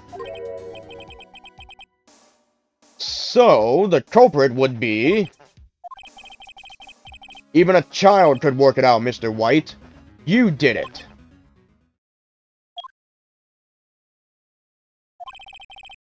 Secretary's office. We won't be needing an escort for Mr. Wrong. Instead, please connect me to the public prosecutor's office. Of course, sir. One moment, please. White, what are you doing calling me at a time like this? Hello, Chief Prosecutor. I've changed my mind. I want to testify tomorrow. What's this about? The Mia Fey case. I witnessed the murder, you see. And thus, as a very important witness, I would like to testify. Ha ha! What? Why now? I thought you said you didn't want to go to court. Quietude! I told you I changed my mind, didn't I? Oh, and one other thing. Send the police over here right away. The man is standing right in front of me. He looks dazed, but could be violent. What? What man? Are you even listening? The executioner, the hatchet man, the liquidator, the killer, man! What? Mr. White, this isn't another one of those. Chief Prosecutor, I do not believe you are in a position to freely offer your opinions to me, correct? I'm telling you to send the police. Now! Did I not tell you, Mr. Wrong? You are a mere lawyer, as was Miss Mia. How dare you? I'll point the finger at you and you will be tried as Miss Mia's killer. The case is as good as settled. No lawyer of any worth will defend you. I have friends in the local lawyers association, you see. You'll be given a lawyer so stupendously inept that they make even you look competent. I feel faint. Detective Gumshoe reporting, sir. Ah, Butts! Harry Butts. Right, actually. Phoenix Wright. And my friend's name is Larry. Oh, right. Sorry, pal. Butts was that murderer, right? Detective Gumshoe! I present to you the man who killed Miss Mia Fey. What? Take this despicable human being into custody. Farewell, Mr. Wrong.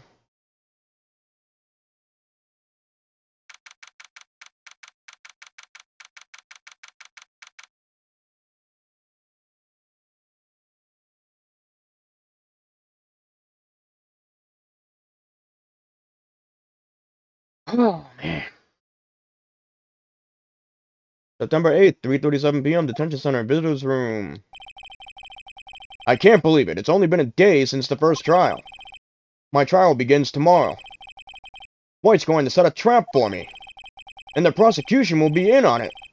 Of course, Edgeworth included. An attorney was assigned to me by the state yesterday. I refused. Had an idea. Right! Mr. Wright! Oh, Maya.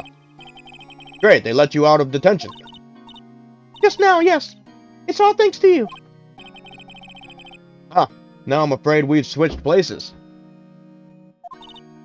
What? You mean you... I explained what had happened to Maya. I don't believe it.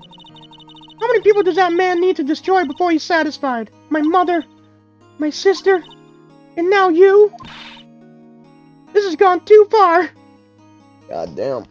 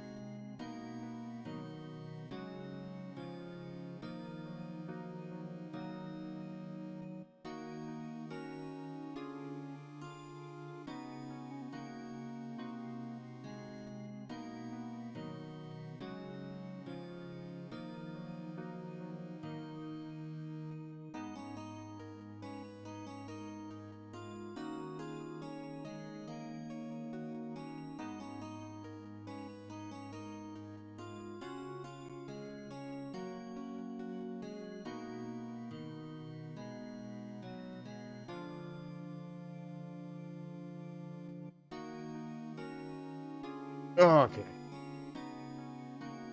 Mr. Wright, please tell me, is there anything I can do? Well...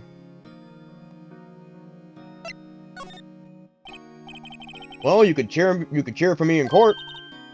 Here for you? You mean like a cheerleader? Yeah, like that. All right, leave it to me. Huh? I'd better go get a uniform and some pom-poms. Hot. Wait. What? I'm kidding. It was a joke. No way! No, really, I was kidding, but thanks. It's good to know you're on my side. And there really isn't anything you can do for me anyway. But I can't just sit here and do nothing. I've got to give that man a piece of my mind. Just a piece? Okay. Then come to the trial tomorrow. Okay, I'll be there. I'll show them a thing or two.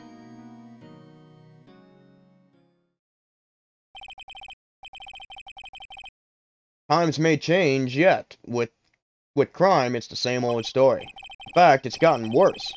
Lengthy court proceedings are no longer realistic. Beginning a few years ago, a limit of 3 days was put on initial court trials. Almost all finish in a day, most with a guilty verdict. I never thought I would end up in the defendant's chair myself for this case, with the true culprit appearing as the star witness. This is it. Tomorrow it's me or him.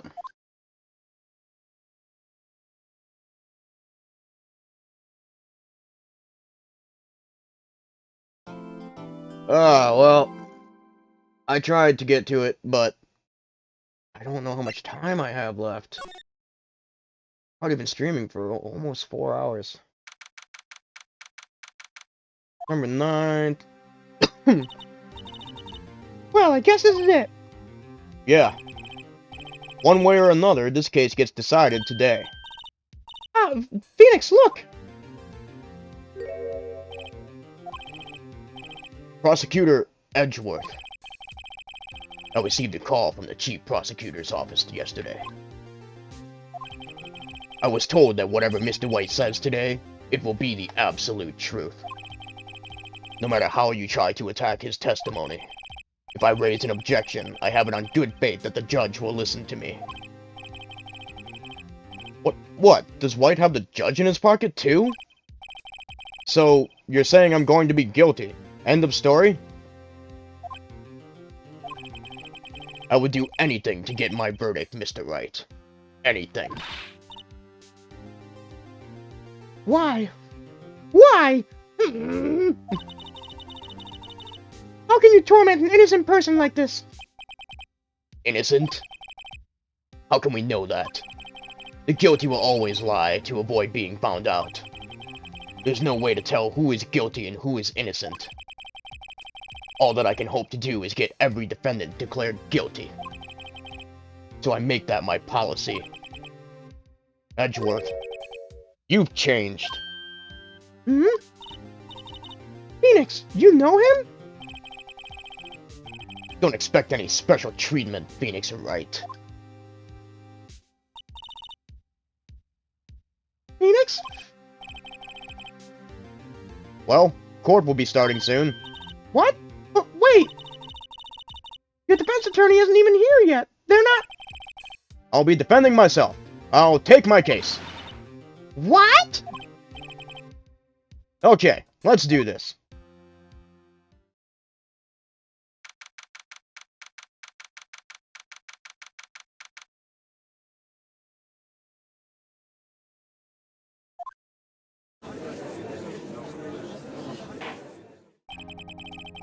Court is now in session for the trial of Mr. Phoenix Wright.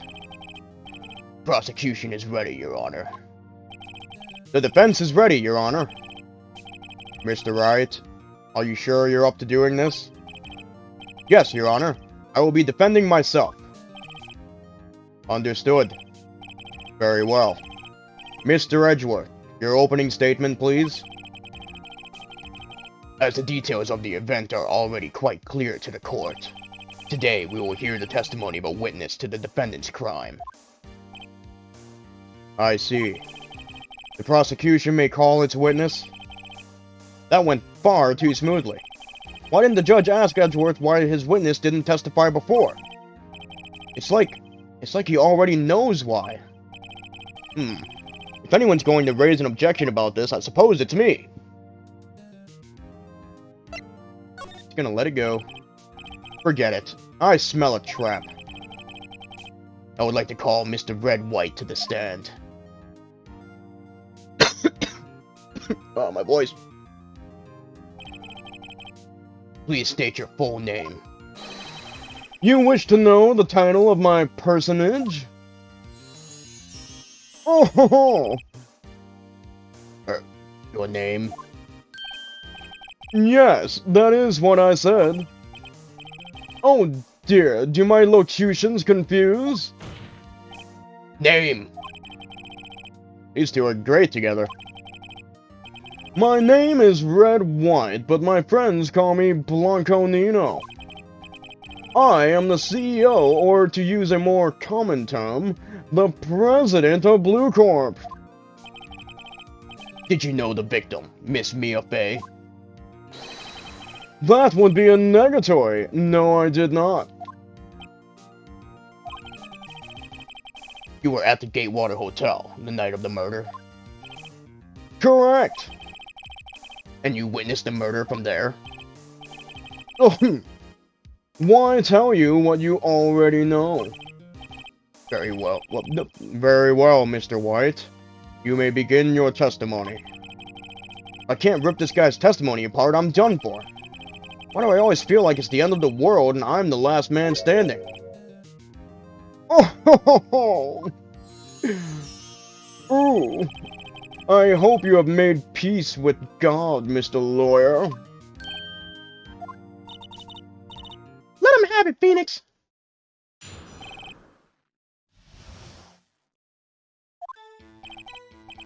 Let's see, it was about 9 o'clock, I believe. I was quietly reading to you some papers by the window.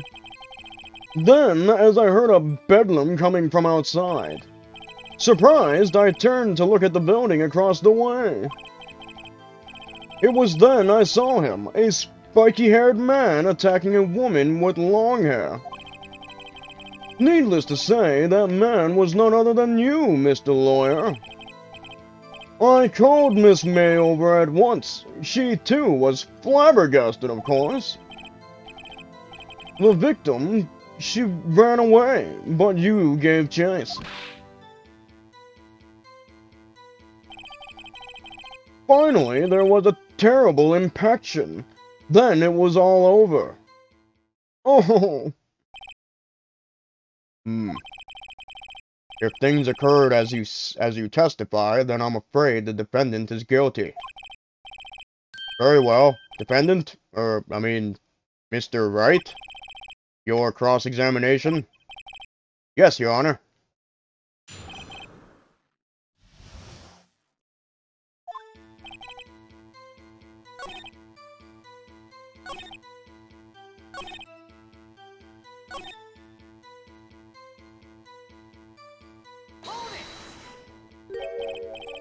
Spiky-haired? Needless to say, that man was none other than you, Lawyer.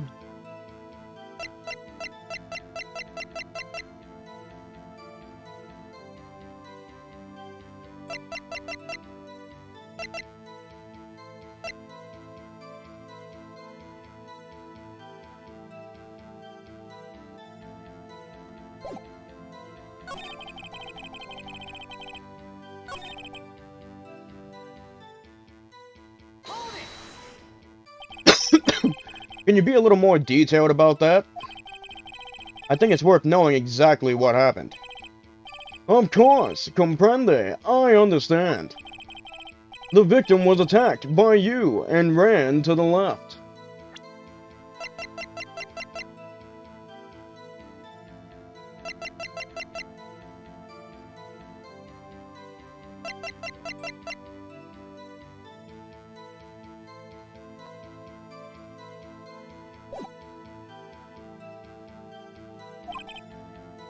You gave chase and struck her down. Are you sure? Oh, as you know, I am always abso-positively perfect. Perhaps you could change your testimony to reflect this new detail? The victim ran to the left and you gave chase.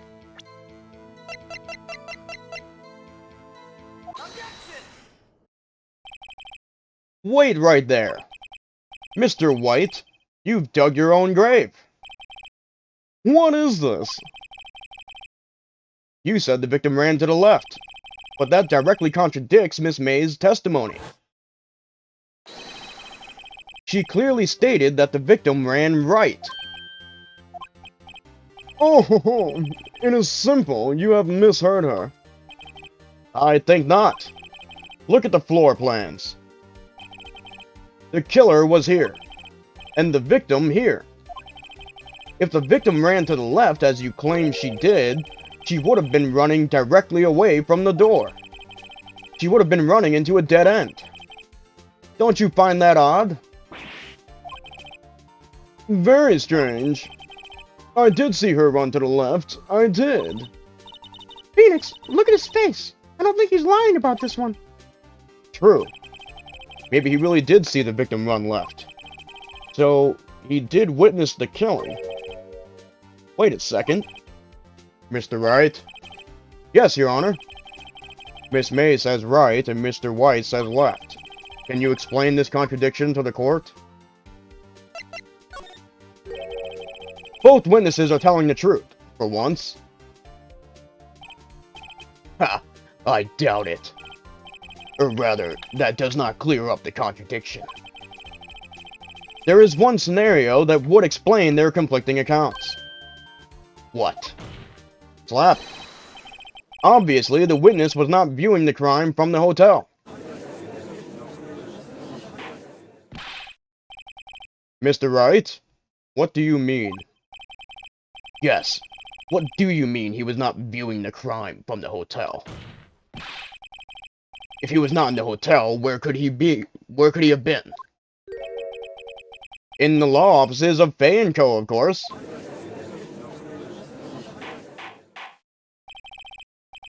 More specifically, he was standing here.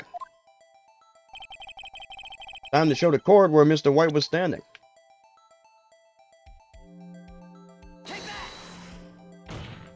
Slap. This is where he was. Look. When the victim ran for the door, if he was watching from this point, to him it would appear that she ran to the left.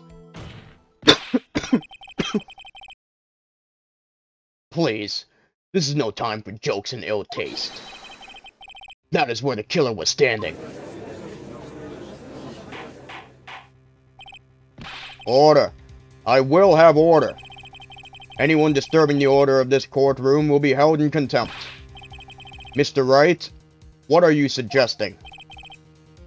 Rapscallion! Slap. The postulations of the defense are a distortion of the truth, Your Honor. Indeed, they do seem a bit far-fetched.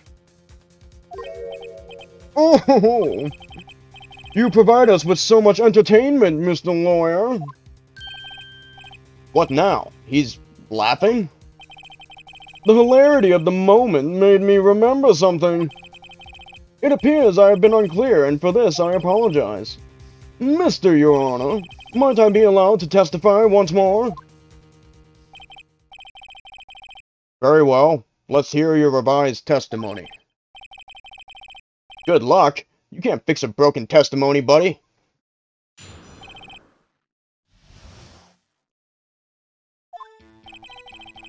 Miss May's testimony was correct, as was mine.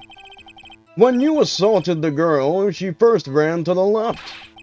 And then you hit her, savagely. That is what I saw. Next, with the last of her strength, she ran to the right. You chased her and delivered the final blow.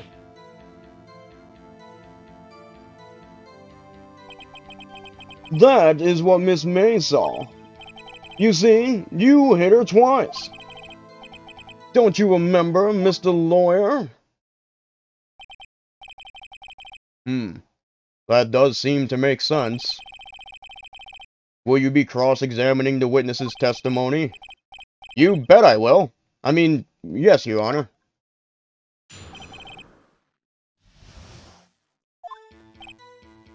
Miss May's testimony was correct, as was mine. When you assaulted the girl, she first ran to the left. And then you hit her savagely. That is what I saw. Next, with the last of her strength, she ran to the right. You chased her and delivered the final blow. That is what Miss May saw. You see, you hit her twice.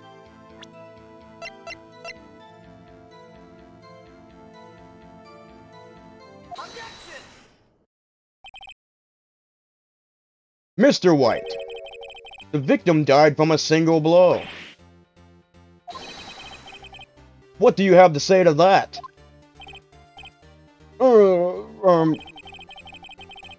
Now is my chance to hit him where it counts.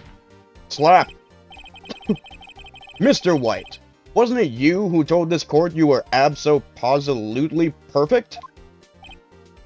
I will refrain from using this phrase from now on. Your Honor, if you could ask the witness for a new testimony...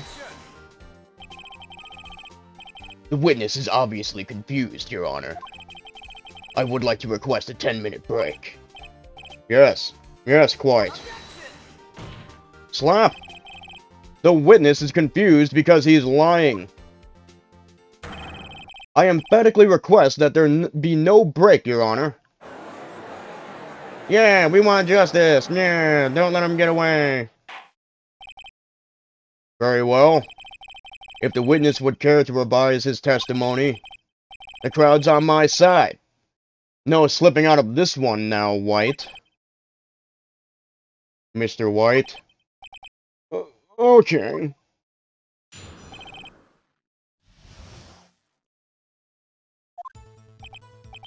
Well, see, I looked at the other window when I heard that thing fall. Then, the next moment, I saw Miss Mia run to the left. The killer, you, attacked her, but she dodged. And then she turned and ran for the door. Then you did her in with a single blow. Whap! Thwap indeed. Very well. You may begin the cross-examination. Your Honor, my stomach, you see, it is hurting. Deal with it. This is almost over.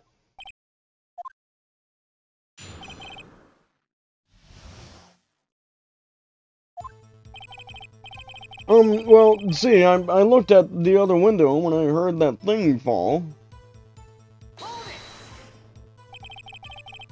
You heard that thing fall? What exactly was that thing? Huh? Oh, that?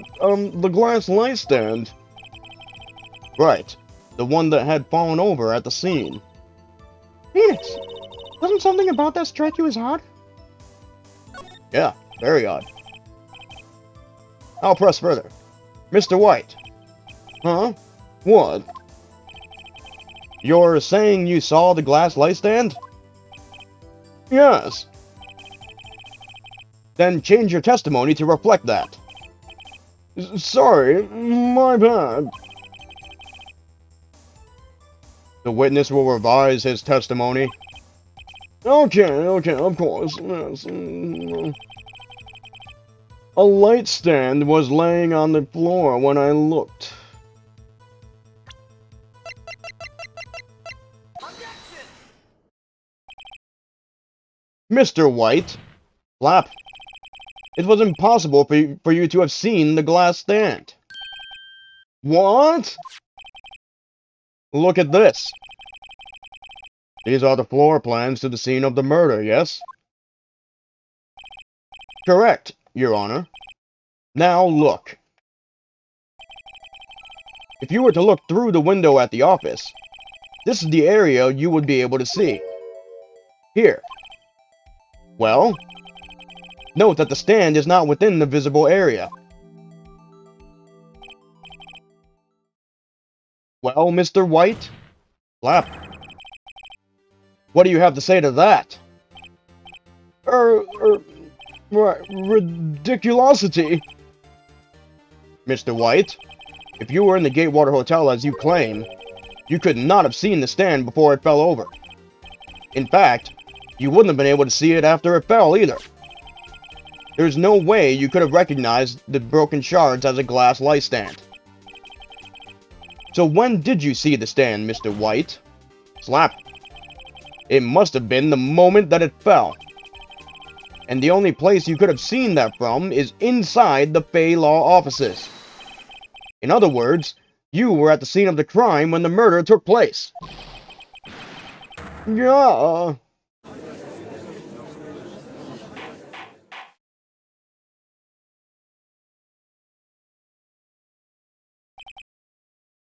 Mr. White? Mr. White? You did it, didn't you? Mr. Your Honor, Miss Mia. Looks like we're about to get our verdict. That's far enough, Phoenix Wright. What? I forgot about Edgeworth. Mr. White, I think the time has come. Shouldn't you confess your crime now? What? I said you should confess your crime. Ergo, confess that you placed the wiretap. The wiretap?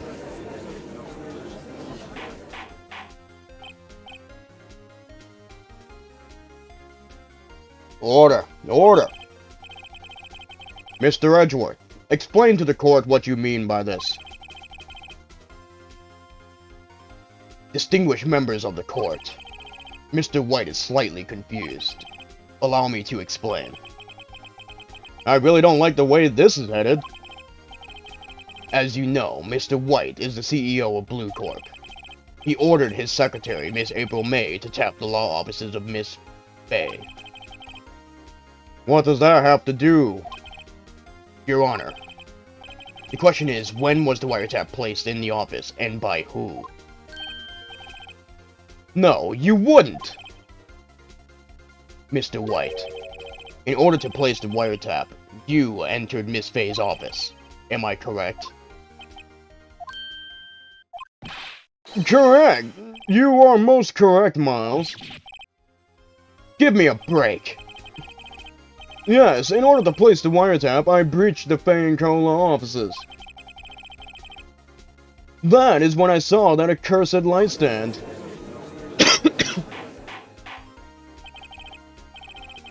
Now I'm confused. Please explain to the court what all this means, Mr. Edgeworth. Gladly, Your Honor. Mr. Phoenix Wright has made his position quite clear. He has determined that Mr. White knew the glass stand was in the office. He has shown that there was only one time Mr. White could have seen the stand, at the very moment of the murder. Thus, Mr. Wright would like you to believe that Mr. White was the murderer. I see. However, it is a fact that Mr. White had been to that office well before the murder took place. When he went to place the wiretap, he could have seen the glass light stand then. Slap. Ergo, Mr. Phoenix Wright's theory is revealed for the baseless conjecture it is. Mr. White, you will testify to the court about this wiretapping. Leave it to me. I feel faint.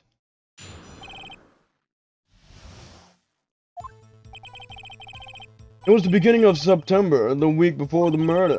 I had entered the Fay & Co. law offices. Of course, I had done so to place the wiretap. That is when I saw this glass light stand. So, you saw the stand before the night of the incident? And this is how you were able to identify what had fallen over? By the sound? Correct! That is right. I see. Very well, Mr. Wright. You may cross-examine. What am I supposed to do now? Good luck, Phoenix. You're fucked.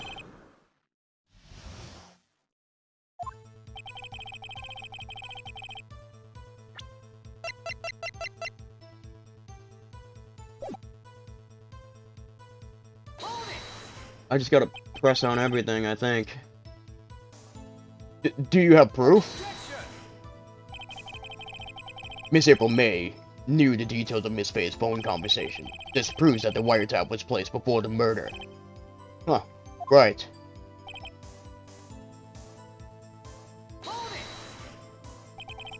Was it really you that went into the office? Or was it Miss May? Unidentified fingerprints several days old were found in the Bay & Co. law offices. Those were obviously Mr. White's. And if I know Edgeworth, he's already run a check on those prints. Now, Mr. White, tell us why you went to the Bay & Co. law offices. Of course, I had done so to place the wiretap. Flap! Why did you tap Mia's phone?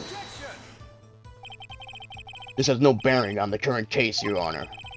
Bluecorp is a detective agency of sorts. We have a responsibility to protect client confidentiality. That is when I saw this glass light stand. Why did you notice something as innocuous as a light stand?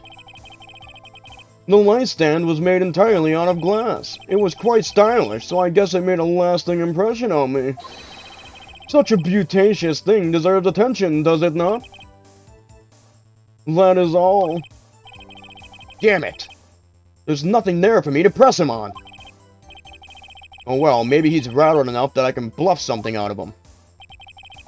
It was the beginning of September, the week before the murder. Do you have proof?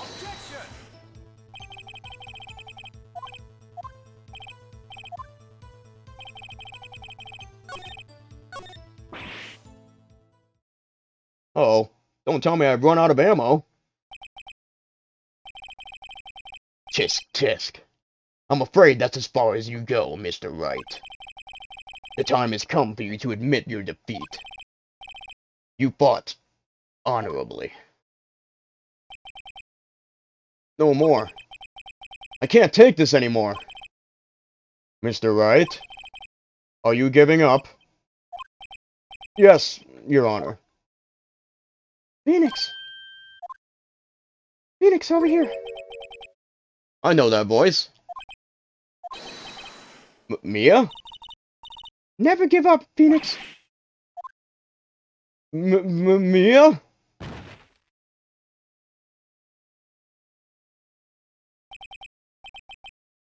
Where am I? The waiting lobby? What happened? Oh, right. I lost the trial. I was hallucinating. You finally awake. Yeah!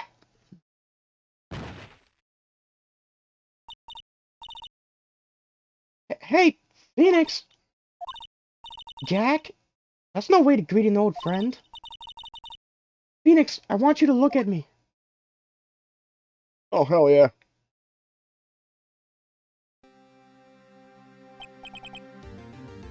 You're... Maya? Didn't you know the Fae women have strong psychic powers? When you accepted your defeat in court, it appears that was enough of a shock to awaken Maya's true powers. So, Maya is channeling you? That's right. I am Maya, but I'm also Mia. Now, I want you to listen to me, Phoenix. Maya never gave up. You can't either. That's what I came here to tell you. But... We don't have much time, Phoenix. Now listen. You've already won. Huh? You have that receipt in the court record, right? Oh yeah, the one you wrote Maya on? Phoenix, Wright wrote that, not me. So what do I do with it? Look at the front of the receipt. Front? It's a regular receipt. Looks like it's from a famous department store. $1,000. Wow, big spender. Item, glass light stand. Date of purchase, September 4th? September 4th? That's right, Phoenix. I bought that stand the day before I was killed. Whoa! Now, what did Mr. White say in his testimony? It was the beginning of September, the week before the murder. He said he saw the stand the week before the murder. There you go. I think the court is about to reconvene. Go do it, Phoenix. You know you're innocent. Now you just have to prove it. Right. Receipt updated in the court record.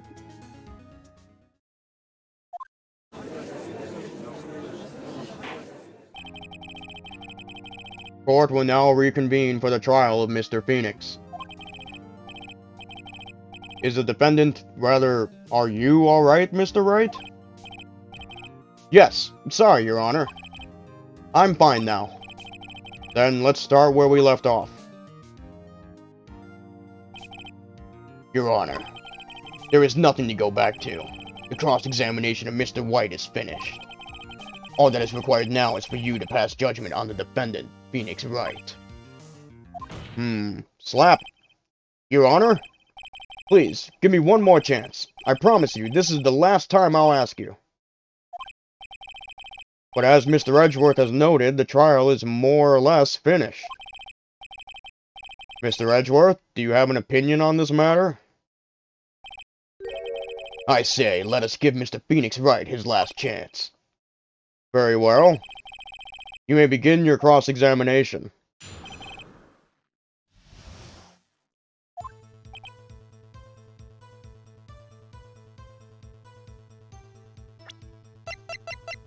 Objection! Look closely at this. See the word Maya written in blood? You're grasping. Slap. I think not. Look at the other side of the receipt. The other side? Papers have two sides. Your Honor, would you tell the court what is written on the other side of that receipt? Well, a glass light stand. And the date of purchase. Why, that's the day before the murder. You see? Mr. White, when you allegedly entered Fay & Co. law offices at the beginning of September, the stand could not have been there.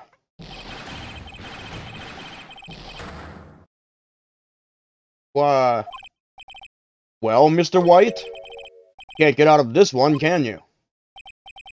No. It's impossible. Oh, he's losing it. Well, Your Honor, I understand there must be quite a bit of pressure on you. Slap. But I think you'll agree you can't judge me guilty under these circumstances. Very well. Then, that is all for the trial of... Objection!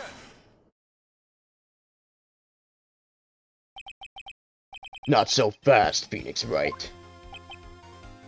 Eh? What?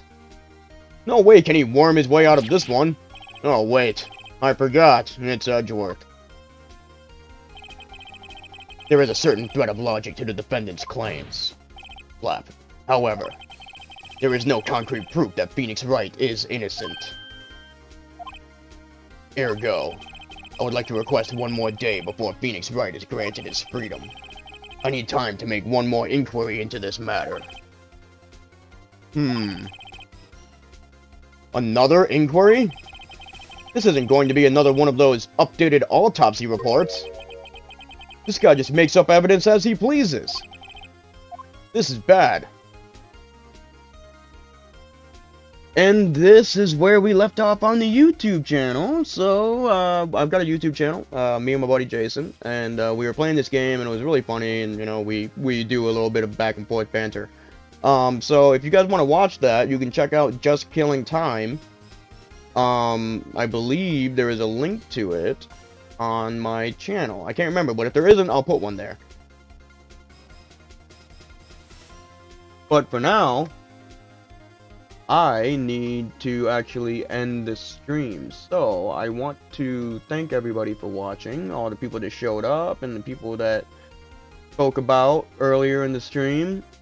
And, yeah, I usually try to stream on the weekends. Sometimes I'll be doing streams randomly, you know, like throughout the week.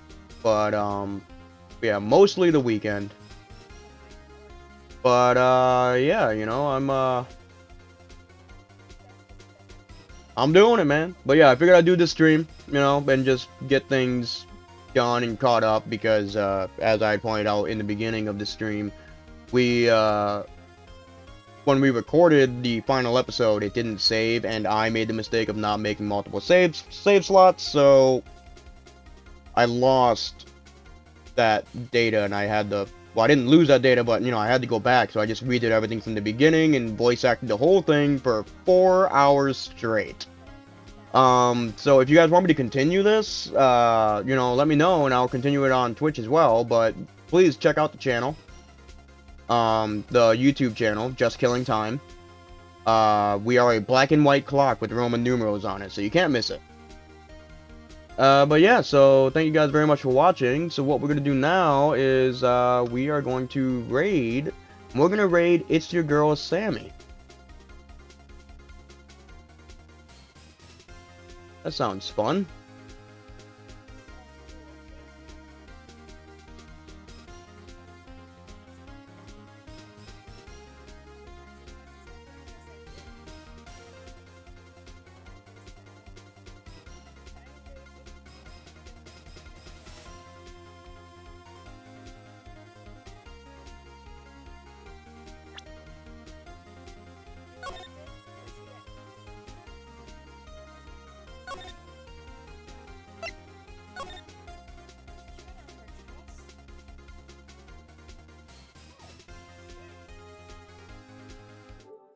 It's in February, Captain Kirk.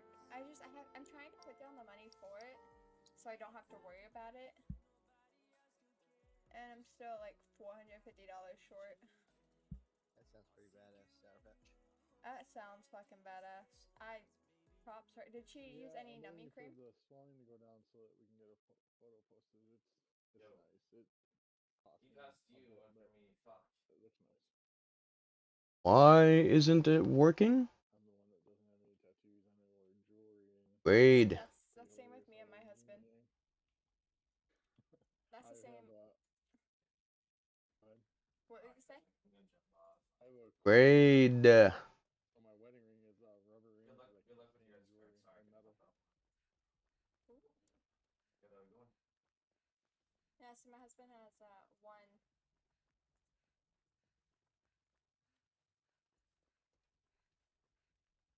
I'm not sure what he is. You had outfit? Huh? This is great. That's a hillbilly. Want a hug? Hugs? No? Is it really? No hugs. Jack, thank you so much for the freaking raid. I appreciate you.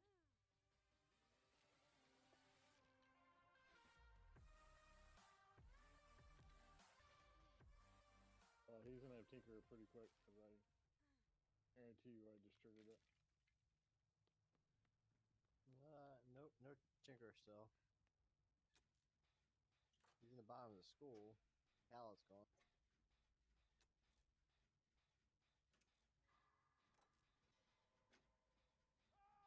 And I somehow got blocked from the door, even though I was there first. He's gonna hook you on this hook right in front of me, and it's gonna be close. Oh, we went out the back door. Excellent.